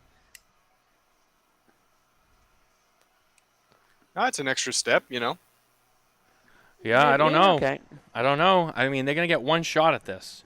They're gonna They get- foul him. They're gonna foul him. No, they won't. They won't foul him. No, They won't foul him. they won't foul. They gotta let them take the Hail Mary shot. We're just- actually for folks who are tuning into us, we're capturing the end of the Miami-Boston series. Yeah, that's with- what's going on right now. Just so you The know. fan bases on both teams are going absolutely. Carney's completely torn at this point, right? He doesn't know where He shouldn't be He torn. abandoned the Celtics. He went for the Heat, and now he's got to decide is he Heat or is he Celtics at this point? Yeah, that just tells mean- me that Carney's not a true Celtics fan. I don't care. That's BS. You should, like, why Well, abandon your wait, team? Listen, I love Miami. He's welcome on board here. Yeah, I know. He's probably wearing 2 different Crocs on each foot. He just doesn't even know what he's doing. That is BS. I can't wait Yeah. to talk to him after the show. Be like, you're not a real fan. You never abandon the team, no matter how dark it gets. It's over. No, they lost. He made it. Boston wins. Are you serious? Boston wins. Derek wins. No way! I didn't see it yet. Holy cow. Are you serious? I'm serious. Derek White. You saw this right. Okay, here it is. Takes the Holy 3. shoot. He got the rebound. Yep. They got it. Oh wait, That's wait, crazy, dude. wait. Wait, what? Oh. I'm not. My screen froze here. Hold so what on. happened? Are they checking the clock? Wait. No, I thought he made He it. at got the it. buzzer. He got it. It left his hand before. It's a final. No, he got it. He got it. It's a final. Yeah, I thought he had it too. Wow. So now So close. wait for it. Oh man. Oh, I thought. Wow. Where was Gabe Vincent here? Wow. Holy shit. Wow. There's 31 gonna be points for Tatum. there's Joe gonna be a Mazzulla can't game coach. 7 in Boston. Joe Wow. Joe Mazzulla can't coach. Oh man. Oh man. Let me so first of all, we got to get You could just phone Carney. Get I'm him gonna- live on the show here. I'm going to tag Willie and say how about those refs? And then I'm going to tag John Carney. Oh, he's gonna go off on the refs. And then I'm going to tag Jonathan Carney and say you are not a real There fan. was nothing ref about that. Miami had every opportunity here. But that extra second, that's what they're gonna Wow. point to. The NBA wanted that extra. Oh, literally, he got that out of his hand with the smallest fraction There of a was second in the Hey, No shot clock. excuses for Miami in Coop this game. I said- don't want to hear about Coop injuries said, or any. well, Or refs. what about that extra second? Oh that my extra god. It could have made a difference. It could have. It made a Oh my. difference. Oh But my. they had plenty of God. opportunities, Miami, in this game. They had plenty of opportunities in this game to win it. Oh, here's Willie. Here's Willie. All right, here we go. You can't beat us without help. One day you'll earn a W the clean way. Oh. Willie, I hear salt is good for the wound, cleans it out. Listen, Willie's the leader of the Miami crew here. Wow. Well, guys- disagree with him on the refs. First of all, for everyone who's still stuck on while we paused our show to watch the end of this game, which I think Yeah. most people, but not everyone, would argue was maybe acceptable. We did this with a Phillies game on primetime once, so it's happened sometimes. So thank you for hanging in with us. It looks like most people are still here, so thank This you. is listen, fair this notes. is Boston, This the cigar industry. I totally get it here. So I mean, this was a wow. Wow. I'm just blown away. I'm blown away. That was an I'm going to tell you right now. let me repack to what I said at the beginning of the show. You're up 3-0. You lose 1 at home. All right, fine. You go to Boston. You don't close it out. All right, this is kind of shitty, but let's go home. We'll close it out. You're trailing most of the game at home. A game when you should definitely be closing this series out. You eat away the lead we have at the very end of the game. You get a 3-point foul. Three points off three free throws. And with 3 seconds on the clock, you lose the game by 1 at home. And now you have to come back to Boston and play Game 7. If anyone in this world is thinking right now, oh, the Heat are good, they can still win this, they're not rattled at all, you are lying to yourself. They're getting on a plane back to Boston thinking they should be getting ready for the NBA Finals right now. Yep. If that doesn't... They had this game. They came back. Wow. Give Missoula credit. I think he used those timeouts very well. Wow. I don't know, man. Game 7 in Boston, losing a 3-game lead. I don't know. And listen, they were up in Game 4 at halftime. That's what people forget. That was about to be closed out. They let them back in, and it wasn't. Look, I don't hear about injuries. No, they just Miami had this game won. The injuries didn't cost them the game. It was bad execution in those last 3 seconds. Wow, that is just insane. That is just insane. I can't. That was you get all that anxiety, and then it just finally goes, and then you're just like, I don't know what to do with myself. What were we talking about today? I forget. So much has happened. PCA. Yeah, the Hector PCA. Wow. Anyway, so Willie came and responded to his tagging like a man, so I'll give him credit. I tagged Carney. Now, unless Carney has a true excuse, so far he has not answered the tag to being called out for being a bad fan. So, I don't know. I'll have to discuss that one with him in private. But he's been called out. He's been called out as a friend who loves him very much. You've been called out. I saw you. He's back. Does he go back to Boston now? I'm cheering on the Heat now. Yeah, now what? Now it's all even. 7 games. Now what? You still a Heat fan? After that? Come on. How do you fire Joe Mazzulla if he wins Game 7? I don't care if they lose in the finals. How do you fire him for that? That's not an easy thing to do. Yeah, even if I know what you're saying. Fire him. Even if he wins. Oh, and Jonathan Carney is here. Reverse psychology worked. I was never rooting for the Heat. I just had to live the lie. Oh, come on. Don't lie. No, just take it like a man. Be like, I know I fucked up. Yeah. Listen, no, come on. I mean, oh, come on. What do you? Yeah, hold on. no. What are you pulling? The Celtics pride? You gonna wear the other team's jersey so the Celtics win? Here's what I do with Mazzulla. You make him hire a very good, experienced assistant, guy who's got a lot of experience. You put him on the bench with him next year. You gotta be a little careful because you don't want to have this guy floating over Mazzulla's job. But I think you gotta get someone with experience who's willing to take the assistant role. Who maybe wants to get back into coaching and have him be Mazzulla's right-hand man. That's what you need to do. You don't fire Mazzulla. You give him some experience on that because that's coaching staff. I think lacked some experience was a problem. Wow, that is just blown away. Yeah. I have sent, just so you guys know, I have sent Carney a link to the show. So if he wants to come on and say his piece, then I will let him. And I'll let Coop stand there and be like, we still want you to be a fan of the Heat, But I do. I know you do. You want to try and steal him away. Oh man. Joe Groh just messaged me and said the Heat blew it. They did. They blew it. They did. It wasn't because of any. I don't hear any excuses about. We didn't have We didn't have Ferro, stop. I'd send it to Willie, but that would just be mean. They had this one. All right. Do you think it's safe to say that they've blown the whole series now? Yes.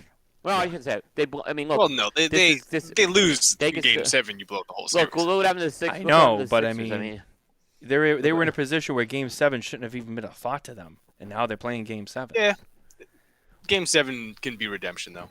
Yeah. You got to give that to. Even if the Heat win Game 7, they're going to be like, I mean, took you 7 games with a 3-0 lead to get it done. You know what I mean? You can't let anyone near the basket there. You shouldn't let anyone near the basket there. You should have your defense ready on that one. Oh, man. Especially they took a timeout. You had time to get your defense ready on that. That was a great. By the way, I mean, just you got to give it up to what's his face? He White came up big. Yeah, it really did. Came up big in that big game he had. Wow. 3 block shots too for him in the game. A lot of comments here. A lot of comments here. I hate Boston, but that's a game. So not being a B-ball fan, is it true that no one ever came back from 3-0 in the NBA? No. No one has done it. Is it NBA? I wasn't sure. I know NHL it's happened a few times, and of course, the Yankees. Red Sox did it in baseball. They came back and won 4. The Flyers did it to the Bruins actually. But I think the Bruins didn't the Bruins also come back from a 3-0 in that series? I think the Bruins have won and because I know that we have I remember seeing we have 2 teams that have done it, and I said that earlier. Yeah, but I didn't know who it was. The Bruins have won.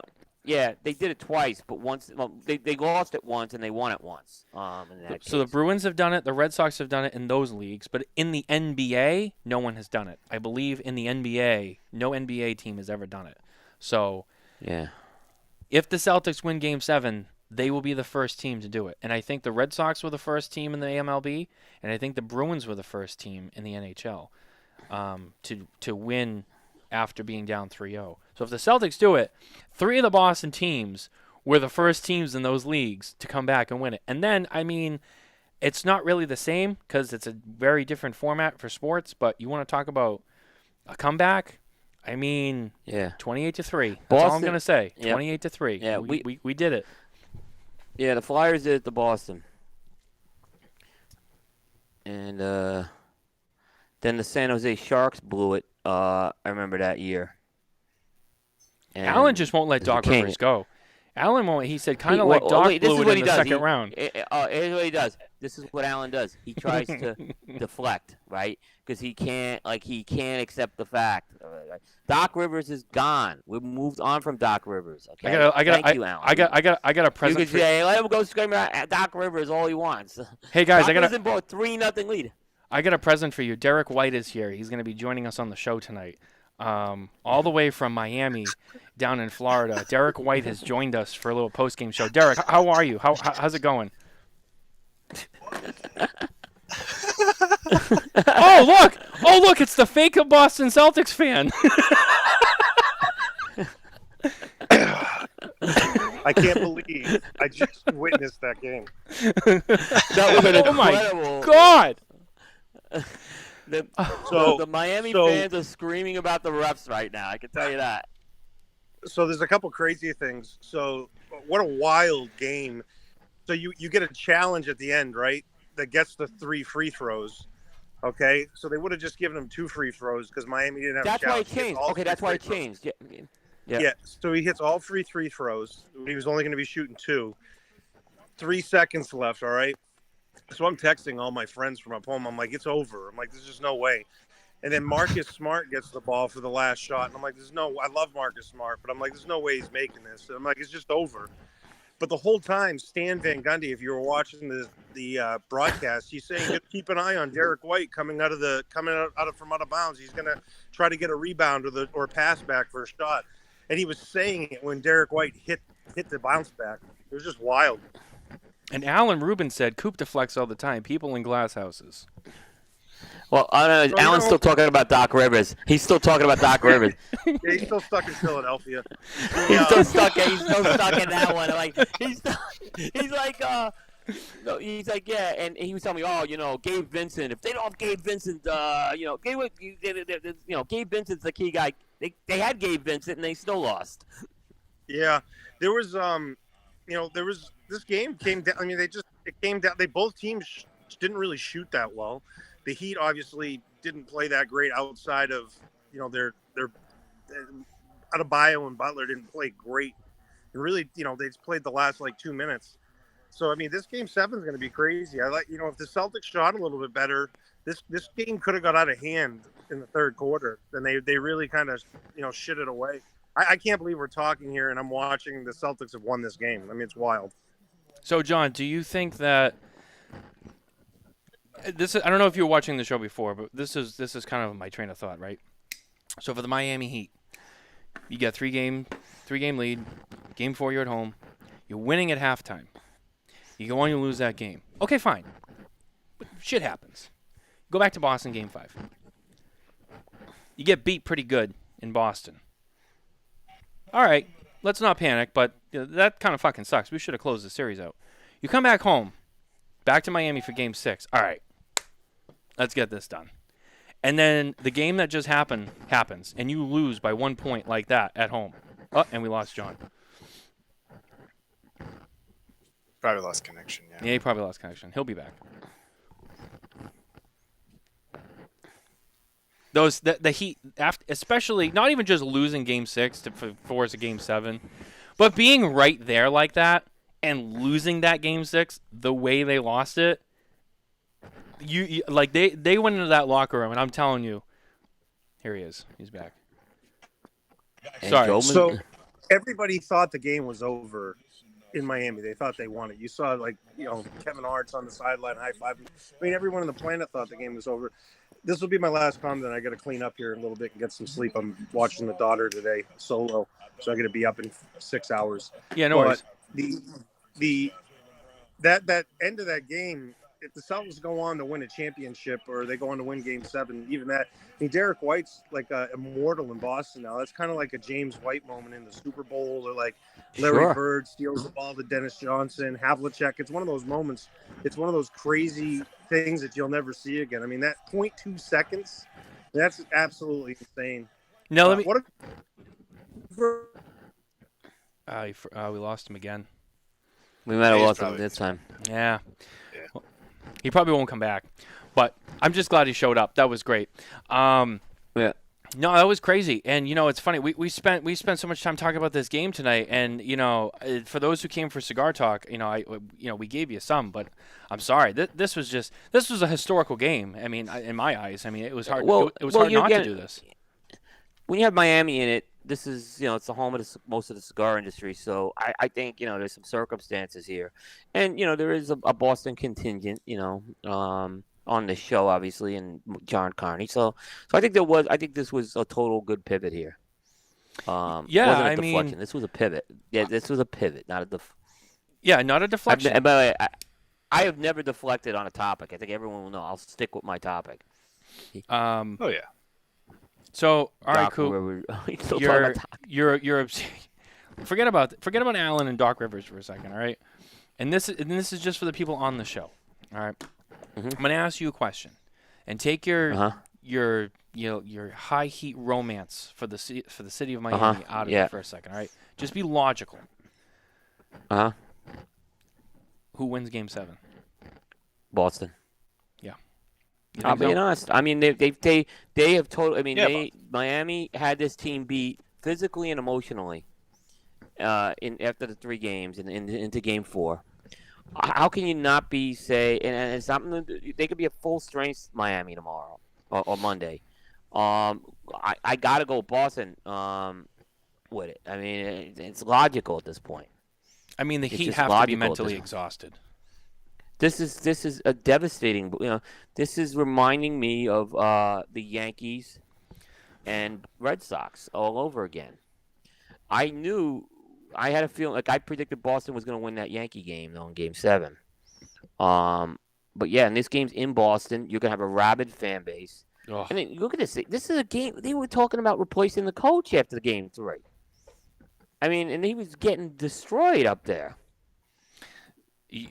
First of all, what I'll say is, Miami, yeah, you guys have a strong fan base, but there's not many fan bases like the fan bases in Boston, New York, Philadelphia. I mean, you're talking the northern states with, a strong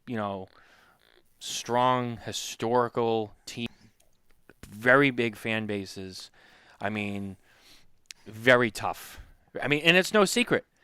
Players from all over the league have said they hate playing in Boston. They just absolutely hate it. They hate going to the Garden.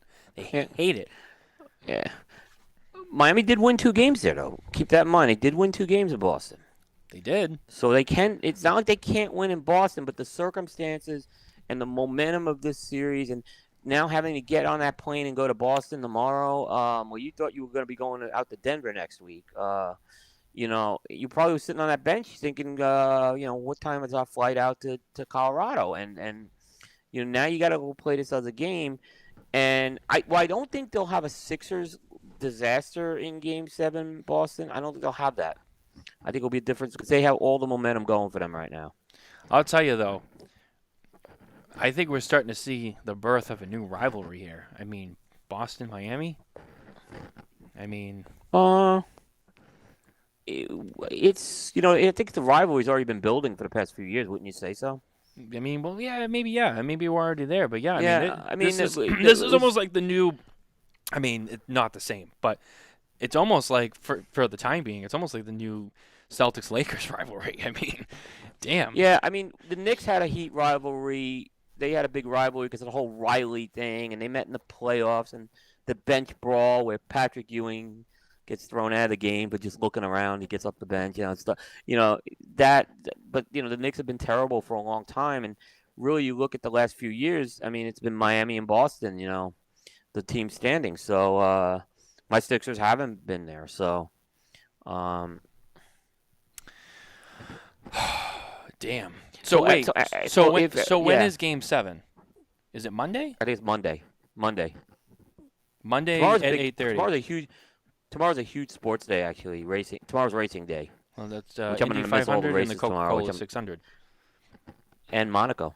That's right. And Monaco. Yeah. And Monaco. Yeah. We're gonna be going to Atlanta in the morning. I'm gonna see if I can get the race on Sirius. I think they carry it on Sirius. So, but yeah, I mean that was bad scheduling on my part.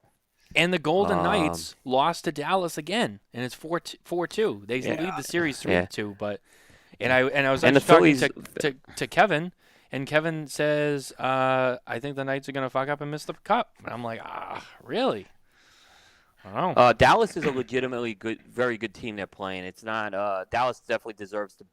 They've been 2 of the best teams in the West all year. I could see Golden Knights pulling it out too. But again, they blew a 3-1 lead in this one too, right? So. Yeah, they had a 3-0 lead. 3-0. 3-0. Yeah. It was 3-0. They lost Game 4 and then they lost Game 5. Yeah. They were in the same boat. Yeah. So it's like, are we watching 2 series right now go down the same exact path at the same time simultaneously? I mean, that's just insane. No, this is bigger. This is bigger what's happened in this series. This is one of the greatest Eastern Conference finals in a long time. So, I am predicting by the way, my Indy prediction tomorrow is I think that finally Scott Dixon finds a way to win this race tomorrow again. Even though he doesn't have the fastest car, I think he'll find a way to win this race. Yeah. Yeah, no, it's going to be interesting. And I'm going to be watching all of the racing tomorrow for sure. But, man, I tell you, I am still just, like, my nerves are all over the place right now. Yeah. I need to have a drink after this. Jesus. Yeah, boy, the city just of Miami just must be losing their minds right now. I'll tell you, this is going to be so far one of the best episodes of Spare Notes, simply for the fact that we encapsulated all this. I'll tell you, man, Jesus. Yeah, we. So listen, before we go too far, I think we're. Is there any more cigar talk we want to get in tonight before we wrap up the show? Anything no that you want to bring up? Yeah, I didn't think so, but I had to ask. I know Mitchell's got something. I don't want to speak for him. Mitchell, you got anything you want to say about cigar related?